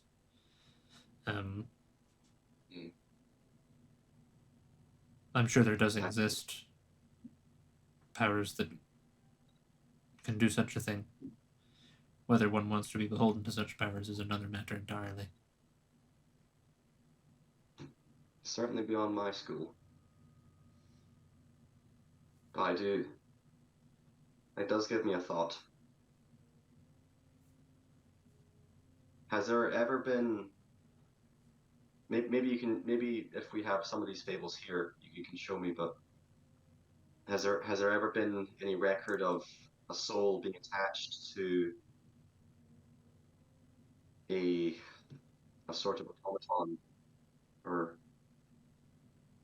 anything like that?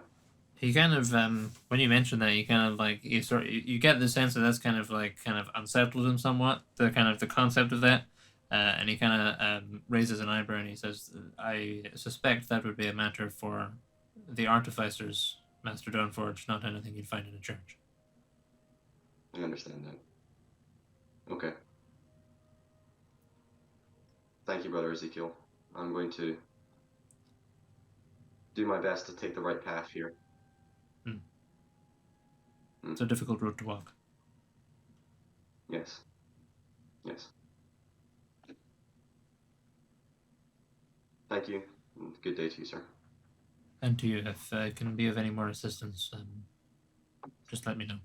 And he kind of gives you a wee sort of a little bow, and then he vanishes. Okay. And the wee prelate guy goes with him. That's fine. I think Rurak's going to start walking with Rathan, if that's alright, out into the city. Yeah. And there's a bit of a conversation. With Rathan, Ezekiel, did you hear Ezekiel there? I did. I don't want to rush to anything too quickly. Maybe we still can restore Muir to how she was. But not with this. This is just dust. I don't think there's nothing for me to heal here.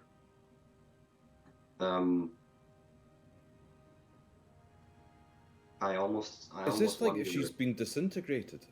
Like, do we I'm trying to remember. Would we know about that disintegration spell? Is that something you can't be resurrected from? I think disintegrate you can't, because I think we've seen Lidda do it before. Yeah.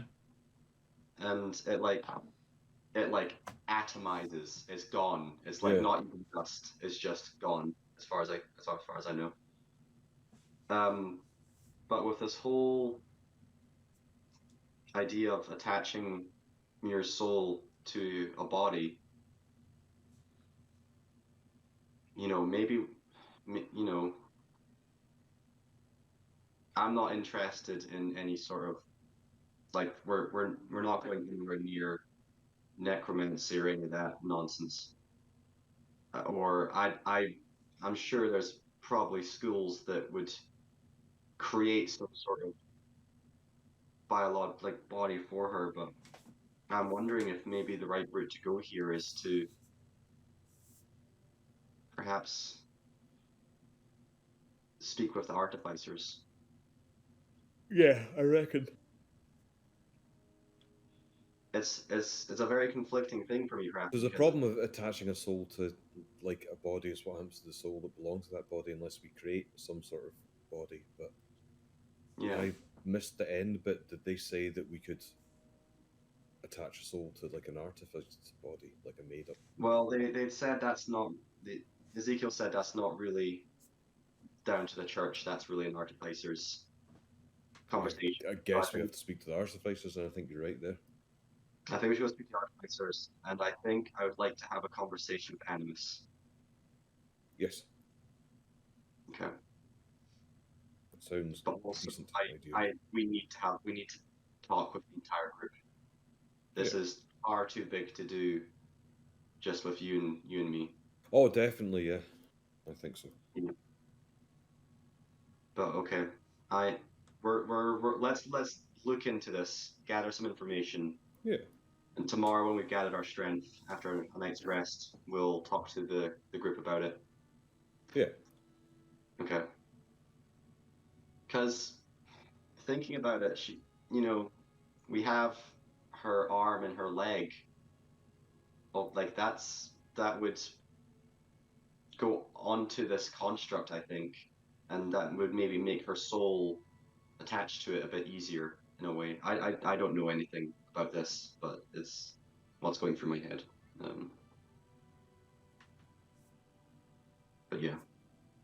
Okay. Do you think this is the right way to go? Because I think that's the only real option for us just now, because we've got no way of resurrecting her without a body or Yeah. anything. So it makes sense to talk to the artificers, because they might have some other, they might have another avenue open to us maybe. that we don't know about. Okay. Right. Well, let's do that. I don't think I have any sendings left in the stone. No, you already said we finished that. It is on a different plane. Is the battle in scale supposed to be tomorrow, Jim? Day after tomorrow. Day after tomorrow. So okay, Yeah. we have a little bit of time. Okay. Tomorrow is the day Okay. of various meetings. But Tomorrow's also, if your okay. plan is to like go and talk to the artificers right now, you'd probably be aware that it's like quite late at night. It's like kind of 8 or 9 o'clock at night at this point, and they're probably going to be shut. That's fine then. So it's Okay, probably we'll a do it. tomorrow thing either way. We'll actually go and do all of the artificer chat tomorrow, perhaps. Sure. Yeah. And let's actually, to be honest, like Jake, we just said this was in the temple. Yeah, And maybe get a night in the temple if that's alright. That's fine. Yeah, I'm sure that there'll be. There's various people around the temple eager to kind of make sure you're well looked after and everything. So there's certainly there's no point, there's no trouble in you staying the night, nor is there going to be any trouble for the shadow guard or anything. Yeah. Okay, I'm going to do all my part to just the daily clean down of the Sure. church just to help and everything. Okay. But yeah, that'll be. Apart from that, it's just a long night's rest. Okay, so you guys are kind of relaxing for the night. Okie dokie. Let us then switch back, check in with Naren again. So Naren, you're face to face with this gribbly, kraken, tentacle motherfucker guy, who looks very surprised to see you. Good. What is your plan? So I recognize him as a member of the cult. He looks very similar. He has the same kind of like unnatural face appendages that they had.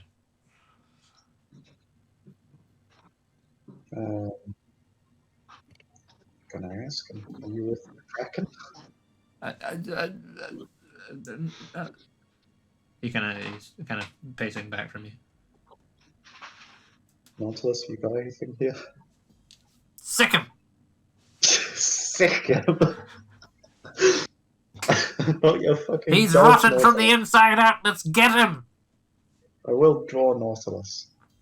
Yeah, that kind of I'm provoke. not He going kind with that. of he's kind of still backing away. Why are you following me?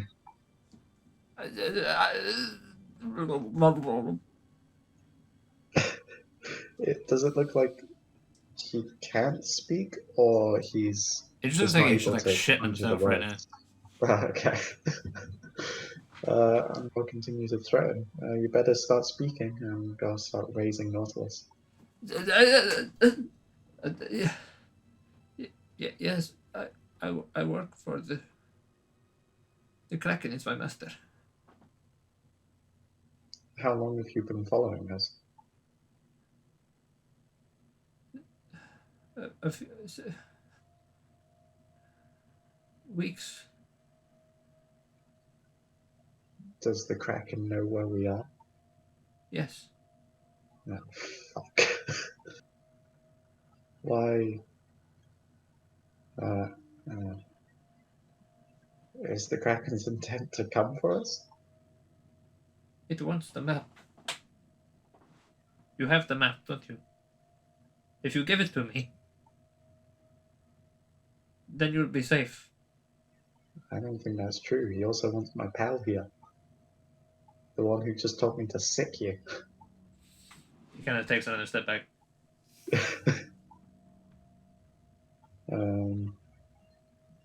Just out of character. Do I still have the map? Did it not get stolen from me? I don't know if I can remember. Because there's 2 parts now, right? There's 2. I'm pretty We've sure, as I stumbled across 2 understand. parts. I had part 2. I used to have part 1, but part 1 got stolen from me. Or I gave it to the Syndicate as a piece So of pizza. yeah, so you had a part of the map, which you gave to the Kraken. As far as you know, the Kraken still has that bit. Oh, that was it. Yeah. The other 2 parts, you had Part 2. You had part 2, and you did a tracing of it, and then the Syndicate wanted it back, so you gave it back to the Syndicate, and then you recovered a bit of map from the Altius Temple, which you still have. So you have 1 authentic bit of map, 1 traced bit of map, and the Kraken has the other bit of map. Has 1 piece. Fuck.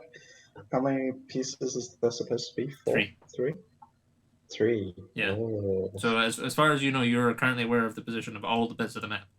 Just that most of them are not where you are. In my possession.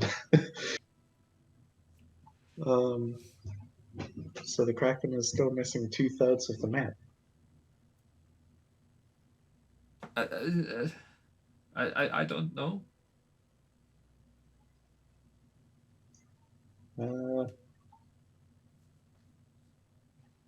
Inform your master, I don't have 2 of the 3 pieces, but I know where they are, and I can swap intel. I'd be willing to tell your master where the other 2 pieces are if they let me view and make a copy of the piece they have.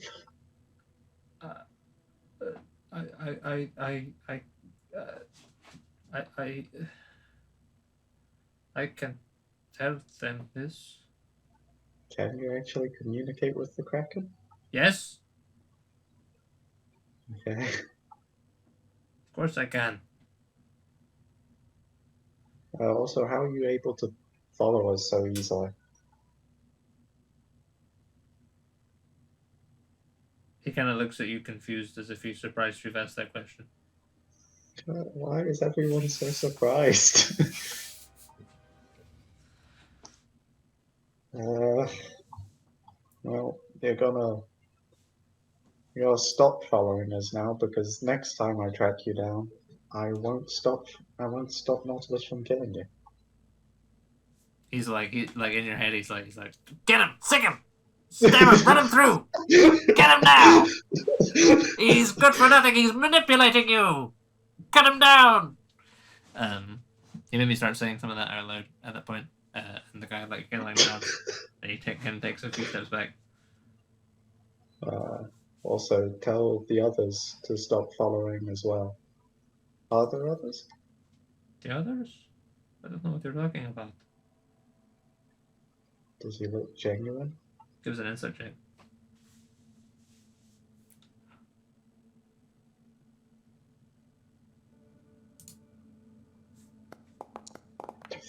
Lying through his teeth. Son of a bitch.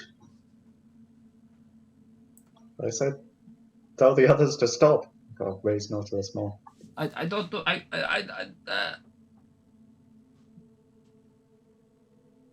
He's got wide, fearful eyes, and he's kind of just stammering.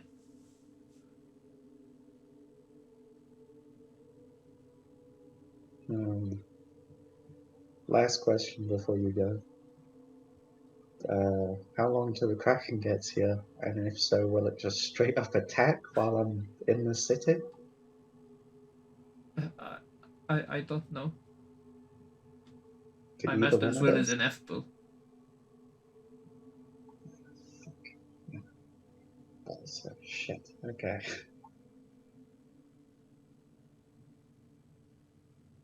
Okay. Well, you go deliver this message to your master, the messages I've given you. Like I said, I better not see you again. All right. Okay, I'm gonna start leaving. Yeah, like as soon as you kind of like lure Nautilus, he just like turns around and flees. wet, splatty footsteps down the cobblestones as he runs away. And it's just you and Nautilus. And Nautilus is just, he's like, God damn it, servant! I told you to sick him! Do you not want the last piece of the map? I do want the last piece of the map. Well, we need someone to deliver the message to the Kraken. Unless you want to deliver it to him personally. I'd find that agreeable. You've got the shell. Why don't you just blow the shell if you get the map? Oh yeah, the shell. Yeah. We could have had the map a year ago. We, All a you year have to ago- do is blow the shell and we'll just sick him and then that's that.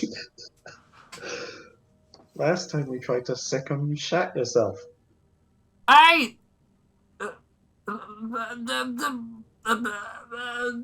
He shuts up. Yeah. I thought so. So yeah, now it's just you in an alleyway talking to your trident. Okay. We'll go back to the hideout. Sure. And, Yeah, I mean, you rolled well enough that you probably were able to make it back. It's relatively quiet now. So you arrive back at the hideout. Where's Zargar and Zarzan been up to?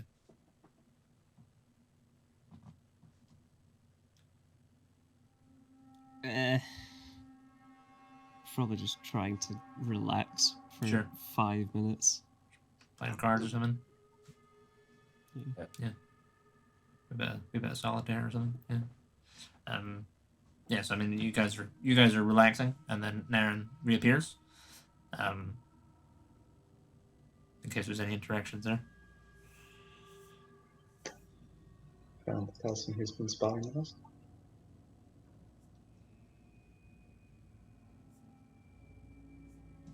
Who was it? Yeah. Kill him? Oh, crap. I let him go. Nice.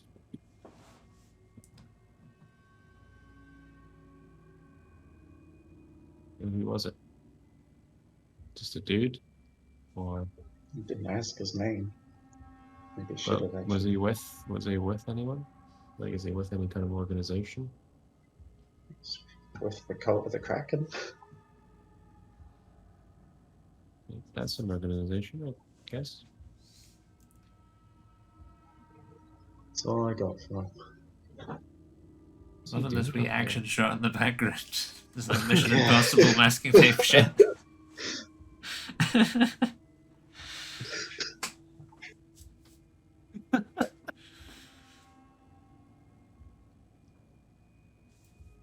Yep, that's some tape, mate. Yep. It's tape and shit. Oh, I fuck. Oh. Oh. He fixed it. So,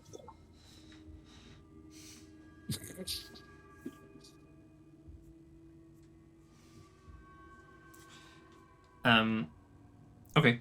Are you guys having any more chat in your wee hideout, or are you just kind of relaxing for the night?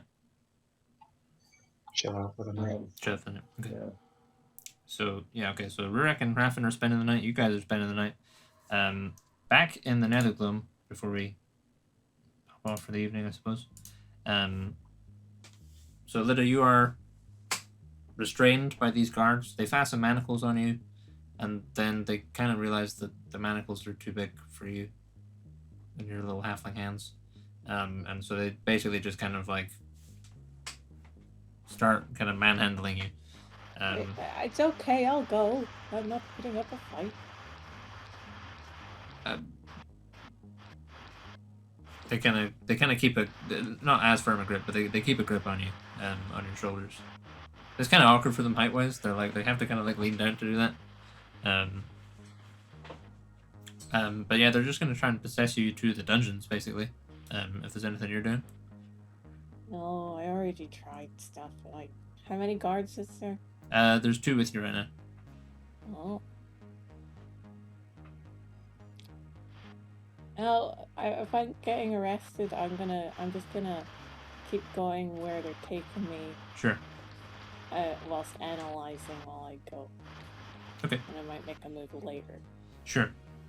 Yeah, so they process you down, kind of out of the palace and down and away and round, and you enter into this. They kind of take you to this building, this kind of opening in the cliff face or in the rock wall, where there are 2 guards outside, and they kind of nod to each other and talk in a language you don't understand, and then kind of proceed you inside into what looks like kind of a dungeony, prisony place, but it's pretty brutal. Like, you can like the door opens and you can already hear like there are screams happening from further inside from like some kind of torture chamber, presumably. There's a lot of there's some cells you pass by where there's like manacles on the wall, and there's still like skeletons in the manacles. There are some prisoners who look just absolutely feral, and it's generally just kind of a bad place. Yeah, and they proceed you down. Can you roll me a D100? Mm-hmm. To see what self-block you end up in? D100. 17. 17. Can I do a little like Malbryn? Malbryn? Sure. Okay. So Markex, as you're sitting there, with a pencil spider in your hand, you hear Lidda's voice in the distance going, Malbryn? Are you doing nothing in response to that?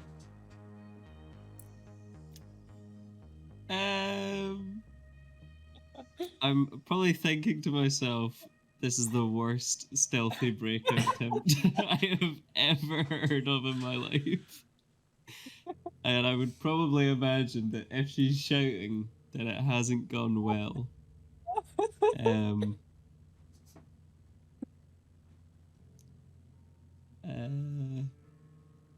I'd probably just be listening, to be honest. Sure, okay. Okay, yeah, well, no response from you, Malbryn. For you, Lidda. And you get processed in, taken into a cell block. Guys, okay.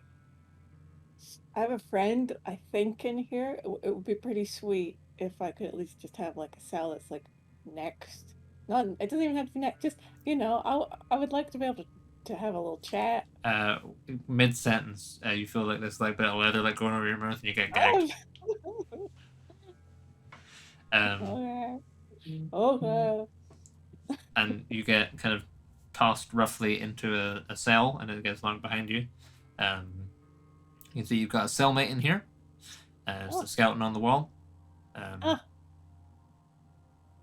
of as you get thrown in, and you kind of like slightly into it, and the leg falls off and kind of clumps onto your shoulder and then slides off you, and you're stuck in a cell.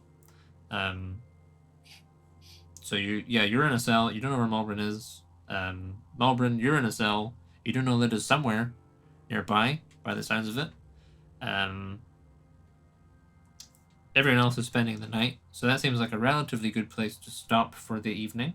And we'll pick up next Monday. Yeah, next Monday. I don't think I ever got nothing on. We should be on for next Monday. So if you watch the stream, cheers for watching. We'll see you then.